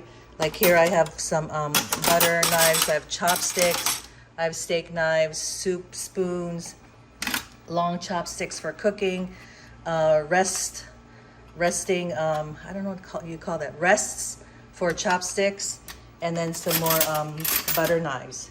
Okay, so then I would do the same. So put all my spoons there, all the forks, so when it's time for dinner, do the same thing. You get these, eat, wash them, eat, wash again, and then put them back. All right, and it could be where you don't have any organizers yet because you don't know actually what you're going to keep. So just throw them in there. They're gonna just be like that for a month. I had also done this for my utensils, and what I noticed was that these steak knives, okay, these are really old and they don't work very well. I do plan to get new steak knives when I have the money that are going to be Japanese steak knives. I got this, by the way, and let me show you this because I absolutely love it. It's a Japanese steak knife. Hold on. Okay, it's a Japanese steak knife. I love it. I mean, it's a Japanese knife, and I'm planning to get the steak knives, but it's an investment. So once I do that, most likely all my knives, I'll have to reorganize it. But for now, I know everything I have here in these drawers are things that I use. So I've decluttered. Now it's time to clean, and I just get a wet, soapy rag, and I just wipe this down. Okay, wipe around the drawers, and then I clean all the crevices there. Then I take all my containers and I wash and clean those. Okay, and at this point I know those are the containers I'm using, but if you've already just decluttered, then you'd have to configure kind of how you want it laid out. So what I had done in particular for choosing these containers, these are from Amazon, and what I wanted, I changed out these drawer organizers. I think this is my third one. I used to have bamboo, then I used to have like the gray Rubbermaid kind, and I just decided I wanted one where I could have the paper here and see-through, and it just looked cleaner. Not clean, like just a cleaner look. Of course it can always be clean, right? Okay, so like I just laid it out, and then I measured how much each utensil, how long and wide each utensil was. I mean, it was a lot of work. And then I went on Amazon and I just looked up kitchen drawer organizers. Whole bunch came up. There's a ton of them. And luckily I found these and I decided to go with them, and I love it. And one of the reasons I love it is it's a good quality, good enough quality, and it's also stackable. Okay, I think I first used these for my office supplies, and then once I really liked them for my office supplies, I said, why don't I go ahead and do them for my kitchen drawers? So if you happen to have more utensils than obviously what's showing in here, you could take this and put another utensil holder on top, you see, and it creates, and it still closes. So of course you have to measure the height of your drawer. And please notice that the drawers I have are not very high and not very deep, okay, or wide, but they're a decent size. I've learned to whittle down until everything fits exactly the way I want them to. Okay, the other thing you could do is that you can get a long one, and then if you have a shorter one like this, right, like here's my thermometer, you could do something like that, and it could slide. It doesn't have to be the exact same size. Now, of course, when I was decluttering this, I wasn't, if it was in the middle of July, I'm not necessarily going to use this because this is actually for Thanksgiving. So I could, if I didn't have the space, I would probably have something just for Thanksgiving stuff, but I have the space, so I can just put it here. And you notice that I put it in the back because I don't access it very much, just once a year. Okay, so after I've decluttered and then I measured and then I found the containers that I want to have, and you know, it's going to take time to do that part, to do the organizing part, because you're gonna see if you actually like the containers that you got. If you didn't, you have to return them, order new ones, find new ones, order new ones, etc., etc. Even if you found the ones that you like, they may not be the right size for whatever reason. If, you know, you thought you measured a certain way and it wasn't quite right. So it's okay. You know, take the time. It's worth the time. You know, there's no rush, because especially in your kitchen, this is something you're going to be using, especially if you cook. It's something you're going to be using regularly, and you want it to be organized for your lifestyle, for what you need it for. Okay, it's not for HGTV, it's not for your neighbor, it's not for okay, by the way, I just realized this spoon doesn't go there. My husband puts away the dishes, and sometimes he puts it in the not the exactly correct place. Yeah, it's supposed to go there with the spoons. Okay, all right. So anyway, there. So that's how I've configured this drawer, and luckily this one fits on the slide on the side like that. Okay. And then for the utensils, just you know, I've decluttered, I've cleaned, and now when it's time to organize, I know the utensils that I'm keeping. Okay, and then I can start the same thing. I get the containers, the drawer organizers, wash them, configure them, and then I decided that this is the best way to configure. And for me, you know, the utensils we use all the time are obviously in the front, the forks and spoons. By the way, I'm Filipino and we eat with fork and spoon. Okay, and then steak knives we use the least, so it's in the back. Soup spoons, you know, every so often. And then the chopstick rests, I want it to be nearby. I could put it here if I really wanted to be more particular. Okay, I wonder if that would be better. So chopsticks with the chopstick rests, butter knives near the butter knives. Huh, it's good I did this video. I might try this out for a while, or I might not. I think the reason, in my mind, I just like that this is the area that's more kind of like different sizes, so I just like it like that. Okay, so this is what it looks like. And then at the end of the month, if there are any utensils left in here, except maybe, you know, the thermometer for Thanksgiving, then you don't use it. You don't need it, okay? And you've got to let it go. I had to let it go. I mean, there's stuff that I remember feeling like, oh, I don't want to let this go, but I don't even remember what those things are anymore, okay? Okay, so let me just show you this drawer, same process, declutter, clean, organize. So I just have my citrus press here, can opener, garlic press. These are my 2 egg separators. And one is smaller, one is just longer for a longer pot or bowl. Rice spoons. This is for a can when you open up a can and then you put this on top and then it drains the juice. Serving spoons, serving forks.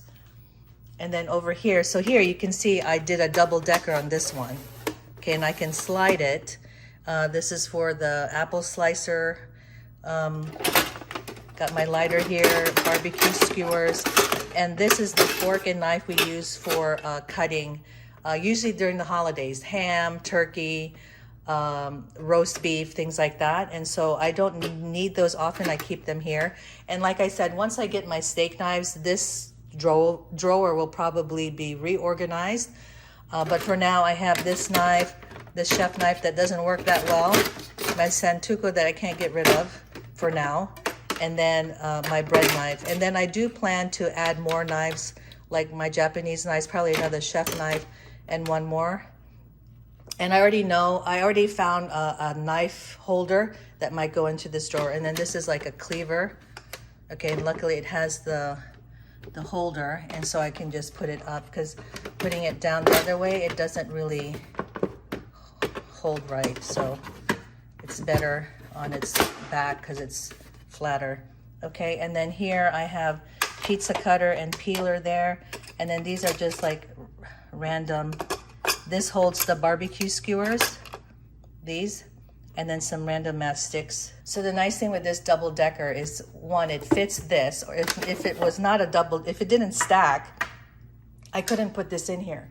Then I'd have to find a place, and you know, so that's why I like these particular drawers. And then the nice thing is I can still grab this while this is there, okay? Or I can grab this. Okay, coffee, I have my mini creamers there, my tea bag holders, some stirrers for espresso, some more stirrers. This was a gift, I love it. So I just keep it here for now until, sometimes I bring it out to rest my ring when I'm cleaning by the sink. Okay, and then I have these white containers that hold the different types of sugar packets. And so when I have guests over, whether it's large or small party, I just open up the coffee armoire there and bring these out, or I can bring these to the table. So I'd like this always set up. That's something that I'm willing to give up. I'm willing to use drawer space because it fits my lifestyle and the way I want to function. And then I have these iced tea spoons. Okay, those are on Amazon. Those are new actually. The other set I had for probably 15 years, okay? And then over here in this drawer, this is a little bit like miscellaneous, but it still makes sense. Here's my rolling pin, like I said, next to the KitchenAid. I think this cracks walnuts, and then the crabs, tenderizers.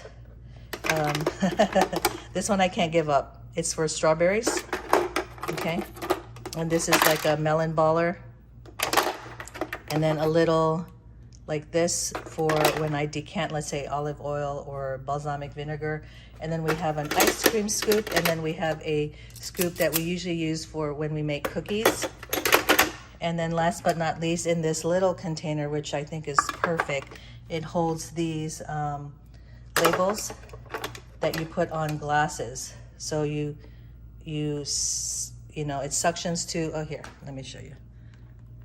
It suctions to the glass and people know which glass is theirs. Mine's the blue one, example.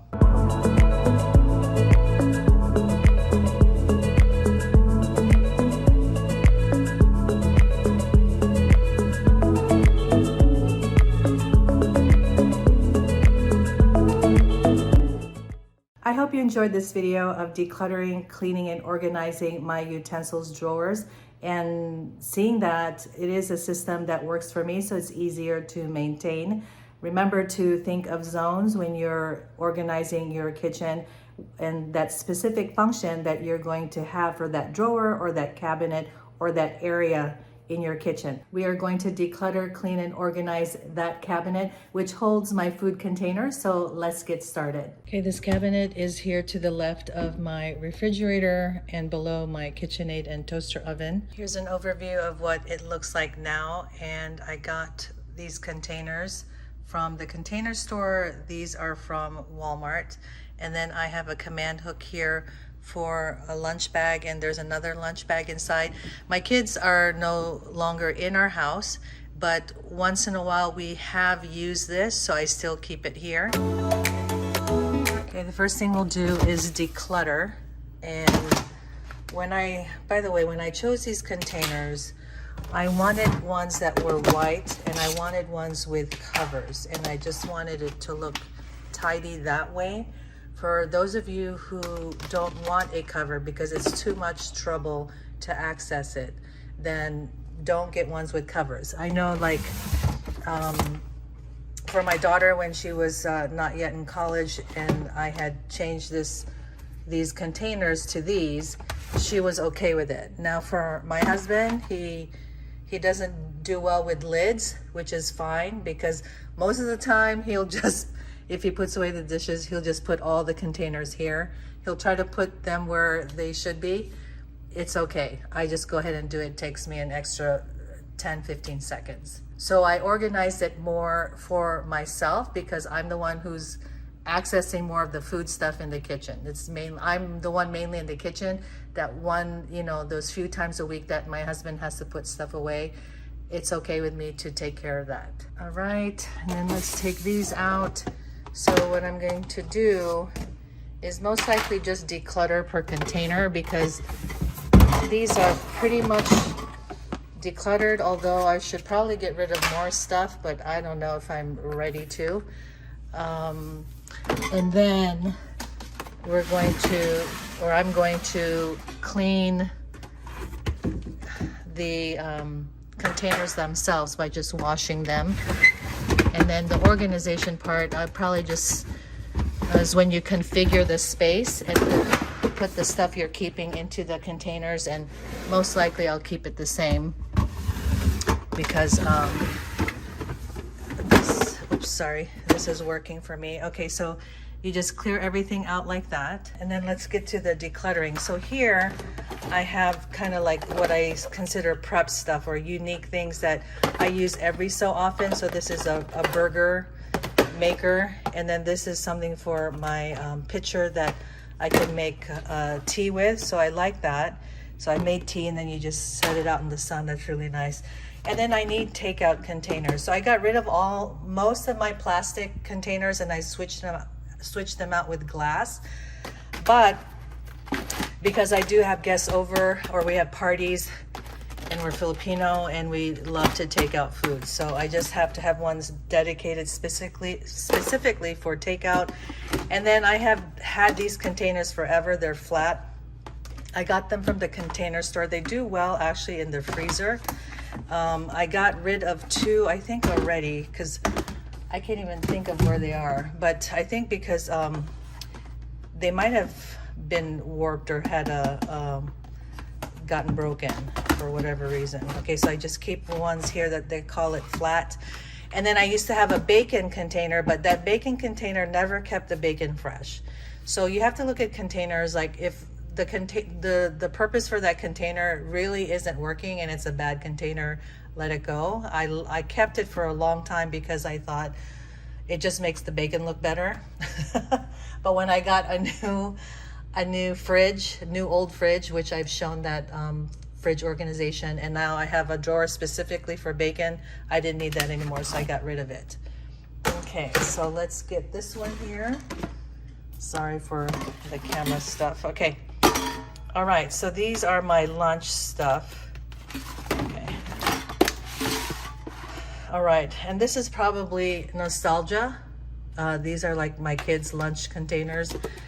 This is definitely nostalgia. Look at, these are my kids' containers when they were like in grade school. I'm not gonna let that go, because whenever I become a grandmother, their kids are gonna use that. This one I actually keep because we like it, and sometimes my husband will bring food. This one, thermos, these were expensive, so I keep these. That's for soup, and this also. So my daughter had 2 of these thermoses. Grandma and Grandpa gave it to her because she loved hot food. Like she would have soup one day and then have something else there that's hot, like leftover food from dinner. And then this was also for soup. Now, I think I'm gonna finally let this go. Well, we've lost a spoon, which is unfortunate, but this is for soup, and it doesn't keep it really that warm. It's just a reminder of my daughter when she was in grade school. Ugh, I don't know, I think I'm gonna keep it now. The dilemmas of decluttering. I mean, I have the space. I have still used it. Ugh, look at me struggle. Okay, I don't know. All right, does it fit? Yeah, it all fits, right? Because I know for sure I'm not letting go of these. Yeah, oh, that's why. Now I reminded myself why I'm not decluttering that or letting that go, because this will go to the grandkids too. Why? Even though it's missing a spoon, I don't know. So let me think about it. All right, these are the glass containers. So I have a lot of these, and I have a lot of leftovers right now in the fridge drawer. But when they are not all used up, they stack up, and they still fit in that shelf. So I just take off the cover. I put the cover underneath so that it will fit, and then this is just left open. Yeah, so it would look like this with the cover underneath, and then it just stacked up versus looking like this. All right, these containers, this one I like a lot. It's like a produce saver. I have 2 of them. One is already in the fridge, but these I was debating if I should let them go. I'll just keep them for now as part of the takeout. They don't fit in that container, so I'll just keep them here. Okay, and then these stack. They're the Sterilite brand. And let's see. So yeah, these are for the small containers. I got rid of a lot of the small containers, and then these are produce. For produce, you know, and like some of the lemon is cut up, or avocado, and oh, that's supposed to be, sorry, that's supposed to be grapefruit, lemon. And then I have the onion one in the fridge, and so I'm going to keep these. Yeah, this is dusty, definitely needs to be cleaned. Okay, these are bags. See if I can open them. Hold on. Okay, so these are reusable, sealable bags that I'm going to keep. These are for sandwiches I'm going to keep, and then brown bags I'm going to keep. So although it's stuffed, I wish it wasn't stuffed, I can still open it. Sometimes I just have to manipulate it a little bit. And these are, this one I think I'm for sure have to declutter. Let's just put it up here. Okay, so a lot of these are like utensil sets that my daughter had for lunch. Why we have so many is because I don't know. All right. This is from an old container where it was a glass container where it had utensils on top, and this covered them, so throw that away. Okay, this goes somewhere else. Okay, this is still complete, so we'll keep that. Soup spoon. I think this is for, yeah, like the bamboo. Chopsticks. Keep that here. This probably goes in here. Yes. Put that in there later. More chopsticks. Oh my gosh. Okay, these go with my takeout chopsticks. Oh. Okay. Way too many chopsticks. Oh, this is for the thermos. Wonder if that should go in that thermos spot. Yes, I'll do that. This should go in camping. I think I kept it here because I'm missing the one. So if I'm missing the one, I don't know. I'm not going to keep it. And then I used to put these into her bag, so I can let these go. Chopsticks, more chopsticks. I do have a whole nother thing for chopsticks. Okay, there's only one, so I need to let this one go. Okay, so I have 2 blue and they're complete. So I think my thought was I'm gonna keep this, same thing for kiddos. These, because I always like to have 2. Okay, this one's nice, and this one. Okay, I put it inside there, so we're all having 2. So I think this one I'm going to put, yeah. So I feel like the chopsticks are the ones that are too much. Let's see. Let's decide. Let me open them up. Okay, now I remember why we have all these, because they're to go. So if there were all 4 of us at home, or we're all together and we take a trip and we wanted to bring our chopsticks, so we have those 4. And these are the 2 that she wanted to keep for herself. Well, I am getting rid of these. So I think I'm just gonna keep these. And they do fit. All right, so it'll look like this.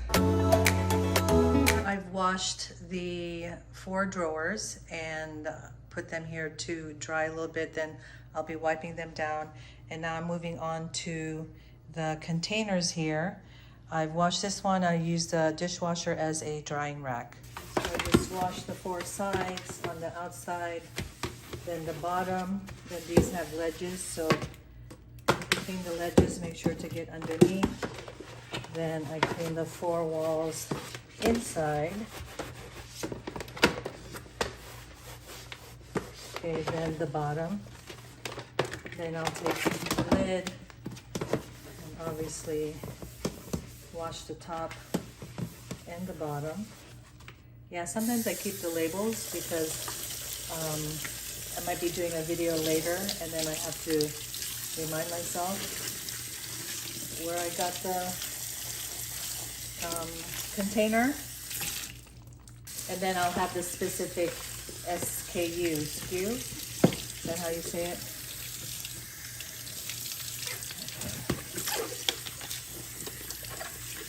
And these are not necessarily dishwasher safe. Yeah, so you gotta wash these by hand. Okay, then we'll wipe down the inside of the cabinet.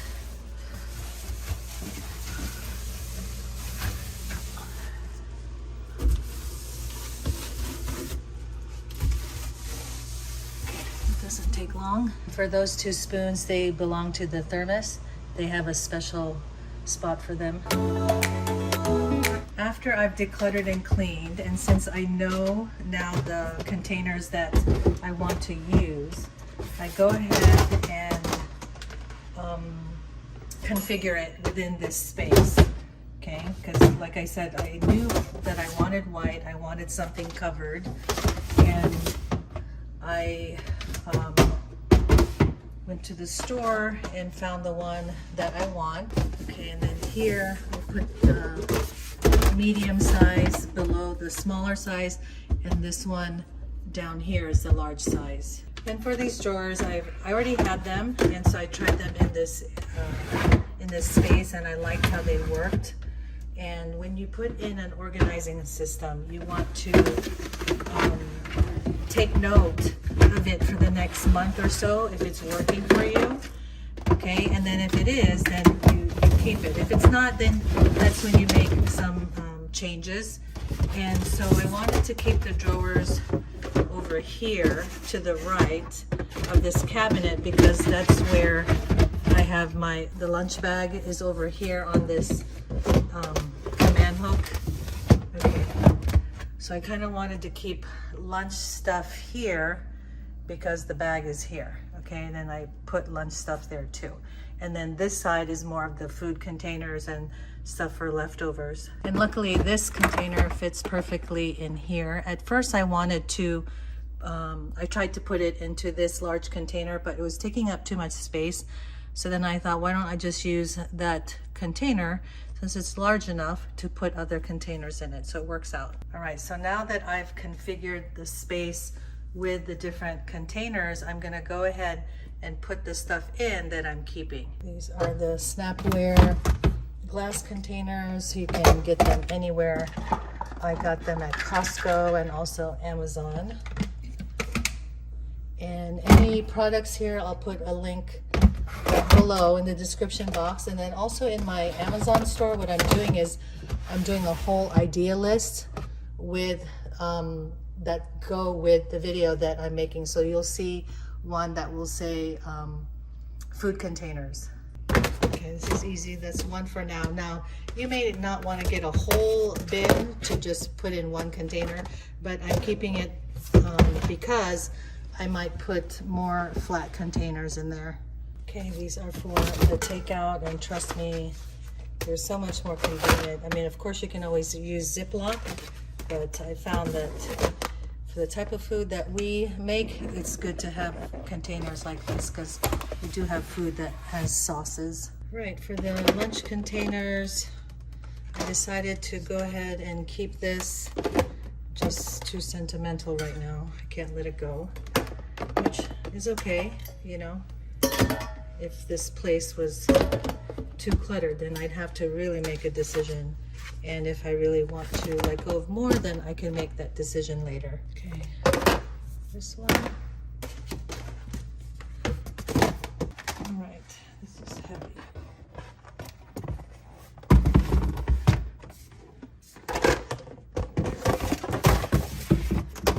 Okay, let's put the stuff inside the drawer.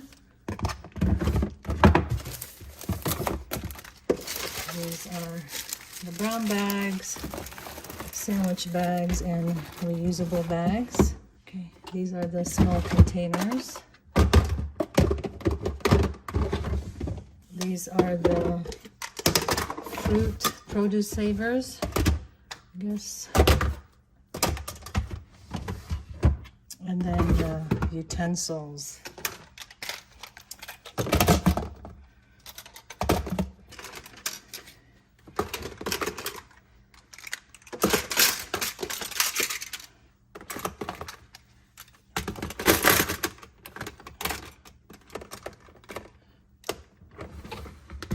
And then these labels I got from the Container Store. I'm gonna get my labeler and put labels on them. All right, this one I'm labeling takeout. All right, takeout, flat, glass, prep, lunch, utensils, bags, produce, small.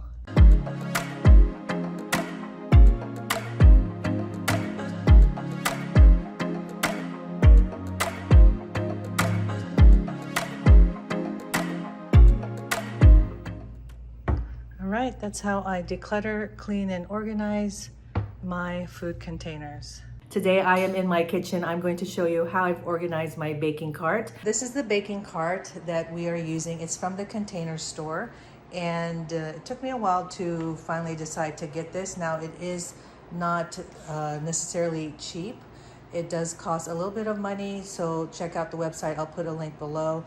And I used to have a different cart that I got from Amazon, which was like 35 bucks or something like that. And I'll link that also. And but it was just too small for what we needed. So I would have stuff in the cart and then some stuff in my walk-in pantry on the shelves. So I decided to try to fit everything on one cart. And this is the size that fits for what we need. Now, the baker in my family is my daughter. And right now she's in college, so we just keep this, and this has been perfect for her. I organized this for her because she's the baker. So when you're organizing your baking supplies, think about who is the baker in your family. What do they need? How do they need to access it? If you're not the baker, then you're really not organizing for yourself. You're organizing for that person. But if it is yourself, then you can ask and answer the questions for you. But if it's for someone, like example, my daughter, we used to have the baking supplies here, and I would ask her, how does that work? And then, it worked for a while, for probably a couple years, and we tried in the pantry, again, that worked for a couple years. And then when we finally decided to do a baking cart, she was like, this is the perfect system for her. And so sometimes when you're organizing things in your home, it may take a few you know, systems that you try and they don't work out, but then you can finally get the right one, and you know it's the right one because every time you go to do something with whatever supplies are there, you know where they are, you can put it back easily, it's easy to maintain, and you get the job done, which is for here, baking. So check out the description below for this particular cart. It's not, I wouldn't say it's cheap. It does cost a little bit of money, so figure that out for yourself. Or if you get a smaller cart, let's say on Amazon, then you can get 2 carts as long as you have the space to put it away. Now you could see this area here in my kitchen. If I was like a super baker and I just want to keep it out, I could do that, but I like to tuck it away in my walk-in pantry. All right, so I'm in the middle of decluttering this and cleaning it, and what I have here are mason jars, which I've swapped out the metal lids to these white plastic ones that you could get on Amazon and Walmart. And this Lazy Susan is actually really good. It's from the Home Edit brand at the Container Store, and it's the large size. I'll link that below. And what I have here in the middle are the syrups that we use for when we make pancakes and waffles on the weekends, and maybe some caro here, or caro. And then for the mason jars, these are more like sugars and nuts and different types of chocolate chips.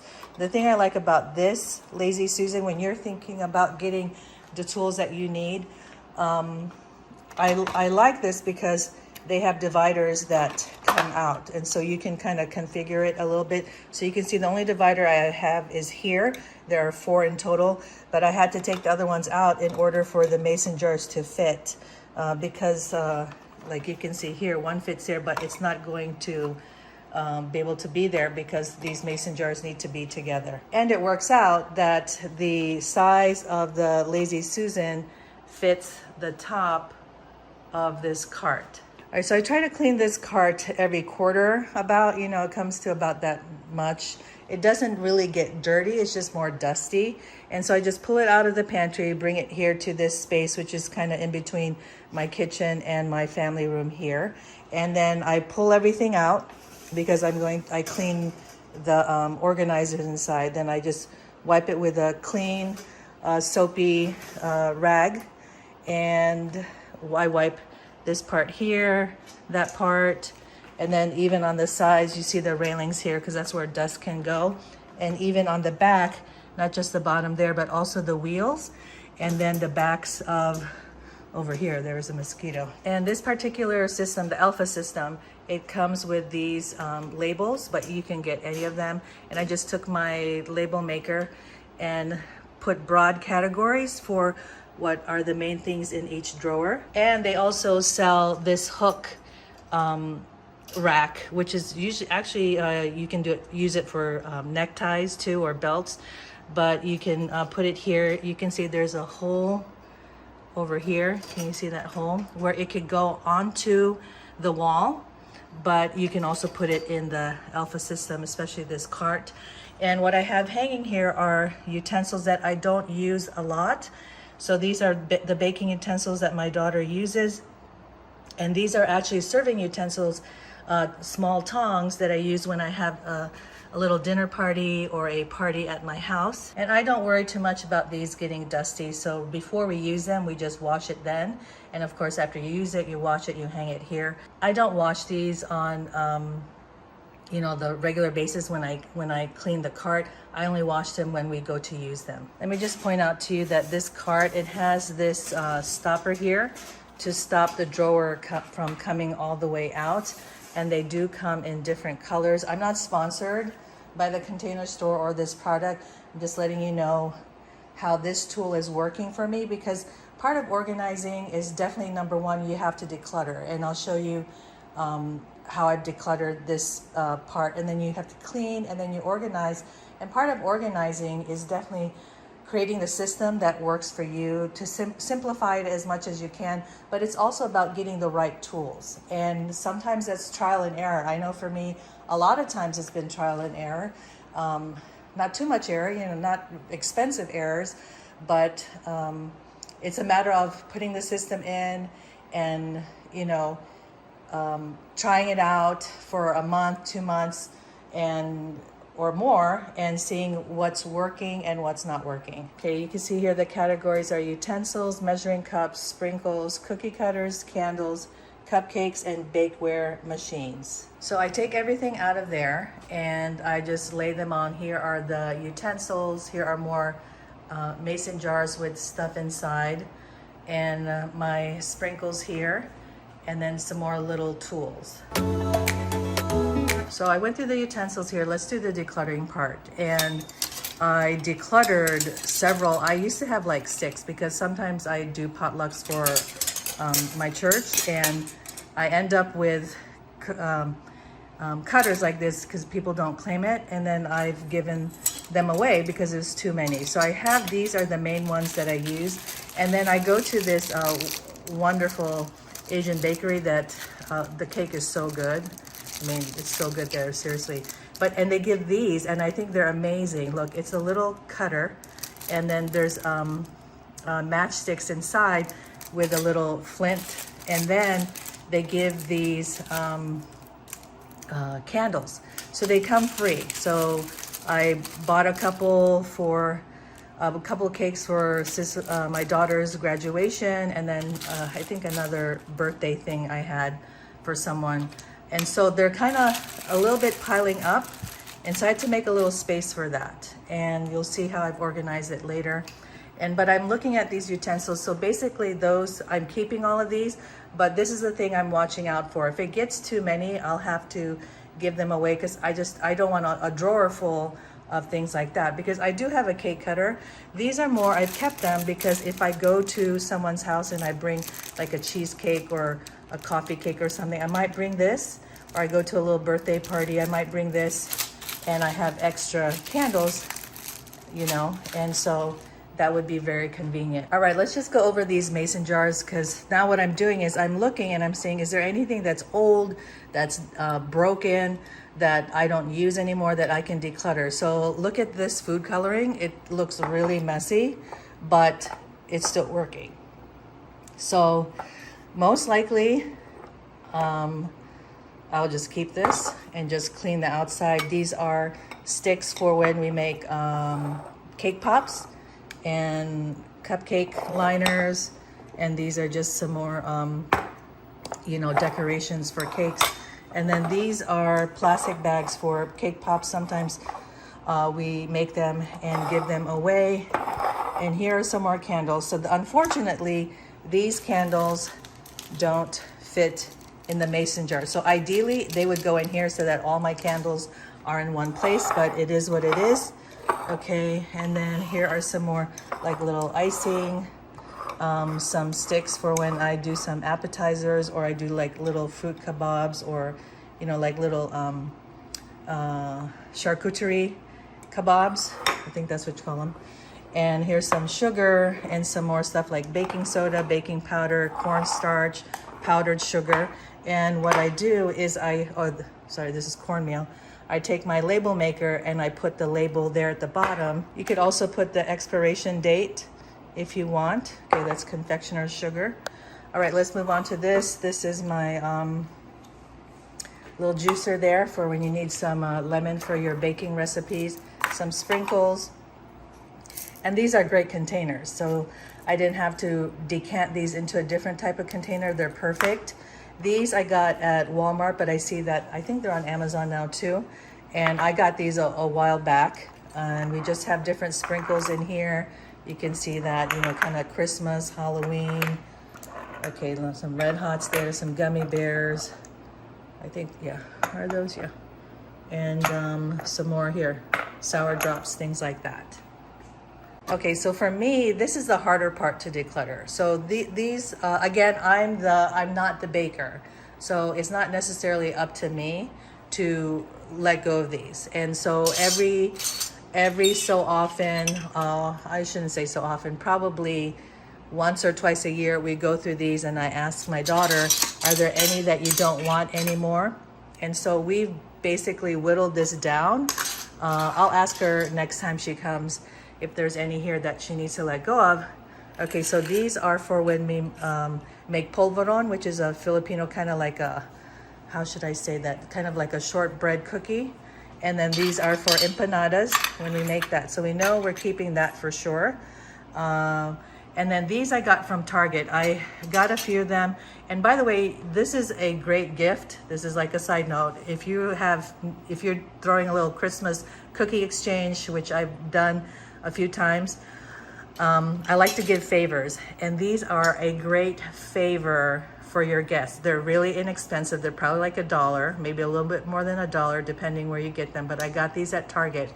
And you put a little note, thank you, you know, on a little like gift tag, a Christmas gift tag. And it's wonderful. You know, it's different from just giving the jar of hot chocolate mix, okay? And then these, she likes to keep those.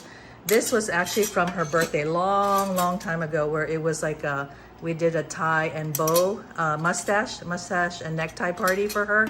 And this is a dachshund. And here's some stars. And she likes these actually for pancakes, so she might not let that go. I personally, if it were me, I think I would let this go, but anyway, it's up to her. And these are different, again, cookie cutters, the smooth ones, and then these have ridges. And this is from Pampered Chef. Hold on, let me open it. Okay, so they're like basic shapes or seasons, and they're really mini ones, which is really cute. And then what I noticed here was that I have 2 of these snowmen, and I think my intention was to give one away. So this is the one thing that I will declutter from all this stuff. Now, it doesn't look like a lot, but it's everything that I need, and it all fits in here without overflowing. Okay, I'm here now by my dishwasher, and what I've done is these are the drawer organizers that go on the top shelf, and I've already washed it and let it dry. And so usually if I just do it this way, it doesn't get spotty, but if you're concerned about that, then definitely wipe it down. And then I have this one. This is sold separately with that Alpha system, and you see this gets spotted, so I'll wipe that a little bit. But that's what I do, is I just take all the organizers and the mason jars and I wash them and I let them dry on inside the dishwasher. Okay, so that's the decluttering part and the cleaning part. And again, remember that I've taken a rag and wiped this all down. Okay, and then this, like I said, is made specifically for this drawer. I actually have a drawer system that's taller than this for my husband's clothes up in our closet. And I use this actually for his ties versus hanging them up, because he prefers to see his ties going this way. And that's one thing also with systems. Sometimes you want something vertical, like here. You want something that turns like this, and you may want something contained behind drawers, but you could see it, or baskets or clear containers. And sometimes you want things in drawers so that when you pull it out, you can see it from above. All right, so I've wiped the organizers, and I have 4 of this size. Okay, 2 of these, 1 of this square, and then 2 of these smaller ones, and 1 of these. So these are the same organizers I use for my kitchen drawers. So I knew that they were going to work in here. And I wanted to show you this. One thing with organizers, you'll see that some will, this is similar to the space that it's taking up. But this one, because it has these things here, is going to take up some space. So that's one thing when you're looking for organizers. Do you want them clear? Do you want them opaque? Do you want them stackable? These are actually stackable, as you saw. And then or you want ones where you can configure them yourselves. Oh, I had one here already. Okay, and then another square one would fit in there. So you could see that I have 2 containers there left over. So the one piece takes up more space. So that's my whole point in showing you this. It's a lot of Tetris. I always call it Tetris in making your containers work for what you are keeping, and then also work for the system that you're using it for. now it's time to put the drawer organizers in. And that's one thing I love about these particular organizers, is that you can definitely configure it to the tool that's inside the drawer. You can configure it to the size of your drawer, and it's also stackable. Okay, so this drawer is not that deep, but probably for something like this, I could stack it. Example, I have these also for my my desk in my office. So you see how that stacks? You could put something under here and still grab it, and then slide it over like that to have more access. So this is how I've configured it. You can see that. Then we're going to start putting the stuff away. Okay, so the little, what's that? The little measuring cup, the candles there. Okay, my little bamboo tongs that I use sometimes for our own dinners or for dinner parties. All the kind of spatula things there. The cake cutters, my two main cake cutters. This one, because I love the handle. And then these are actually magnetic measuring spoons, so they stay together, which I love. Okay, same thing with these measuring cups. They're magnetic, so they stay together and they fit perfectly in this square. So you can see what that looks like now. It's there's space, you know, but if actually you need more stuff, like you just have more baking stuff or whatever you're using it for, like you could see you can fit more into the container if you need more space. But these are just the things that I need, and it works out that way. Okay, and it closes pretty smoothly. Let's put these things back here. Right, the nice thing about this cart is you see that I've moved it from there to here, and so if you're using this for baking, you could pull it to wherever your hand mixer is, or your KitchenAid. Okay, let's just put, okay, so the the sprinkles, these little mason jar sprinkles go here. Okay, and I tried to order them also, let's say by the little candies to the balls and the sprinkles. Okay, so I got a couple sprinkles here, I think. Yeah, that's how I put it. And then my little Halloween sprinkles. Okay, and then the other sprinkles go over here. Okay, so we kind of keep the pancake things, stars there. Okay, and then those go there. Ouch. And then these empanada ones put over here, and it helps keep this container standing up, so we can have that space. Okay, you gotta be careful with these. They have they're sharp, so those are for our polvoron. If you've ever had polvoron, let me know in the comments. Okay, so our little, they can stack up like that or not. Okay.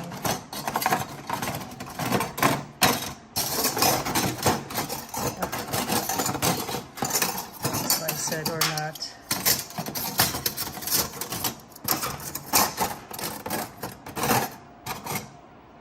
Okay, and then, okay, wait. All my Christmas stuff back here, Christmas cookie cutters. So obviously these are seasonal, and I don't need them that many times, so they're just kind of back there. Yeah, and then these go here. Right, that's what it looks like. All right, I've already put in the mason jars for these. So you look how nice it looks from on top. I have vanilla here, flour sifter, some icing, happy birthday sign.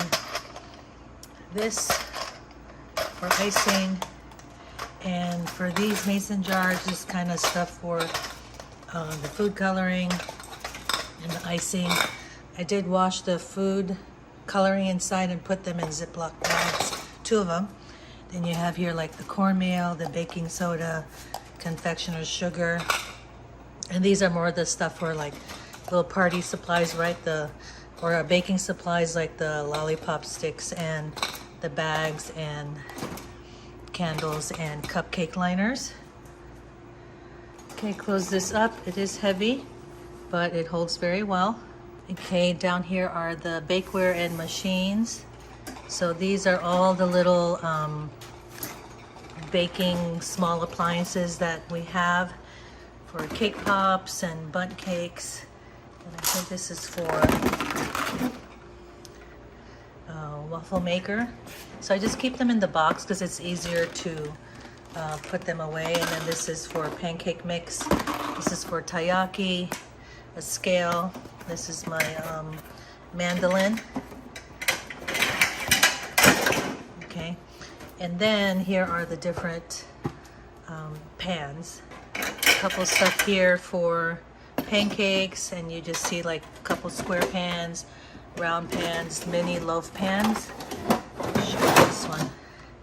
Like that, cupcake pans, mini cupcake pans, and then this one, baking mat. And then for things like this, I could have rolled it, but it was easier to fit it flat like this. And then I had it upside down earlier, but I put it this way so I know that that's the cookie sheet or the baking mat. And then it looks like this from above, so you can see when you're looking down into the drawer, you want to organize it where either it's like all facing the same way, so like you can read it from here, and you could see the part of the box that shows the label. All right, let's close this up.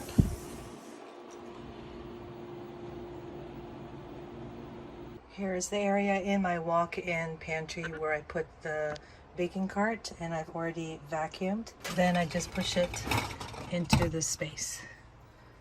I hope you enjoyed this video of my updated organized baking cart. Let me know in the comments below where you put your baking cart, or where do you have your baking supplies, and what's that one key thing that you put in your system that makes it function well for you. Congratulations, you've made it to the end. I hope you found ideas and inspiration to start organizing your kitchen, even if it's just one drawer or a part of your cabinet or a little section of your fridge. You can do it. Watch the next marathon video where I share with you how to set up grab and go kits so that you have your essentials always ready.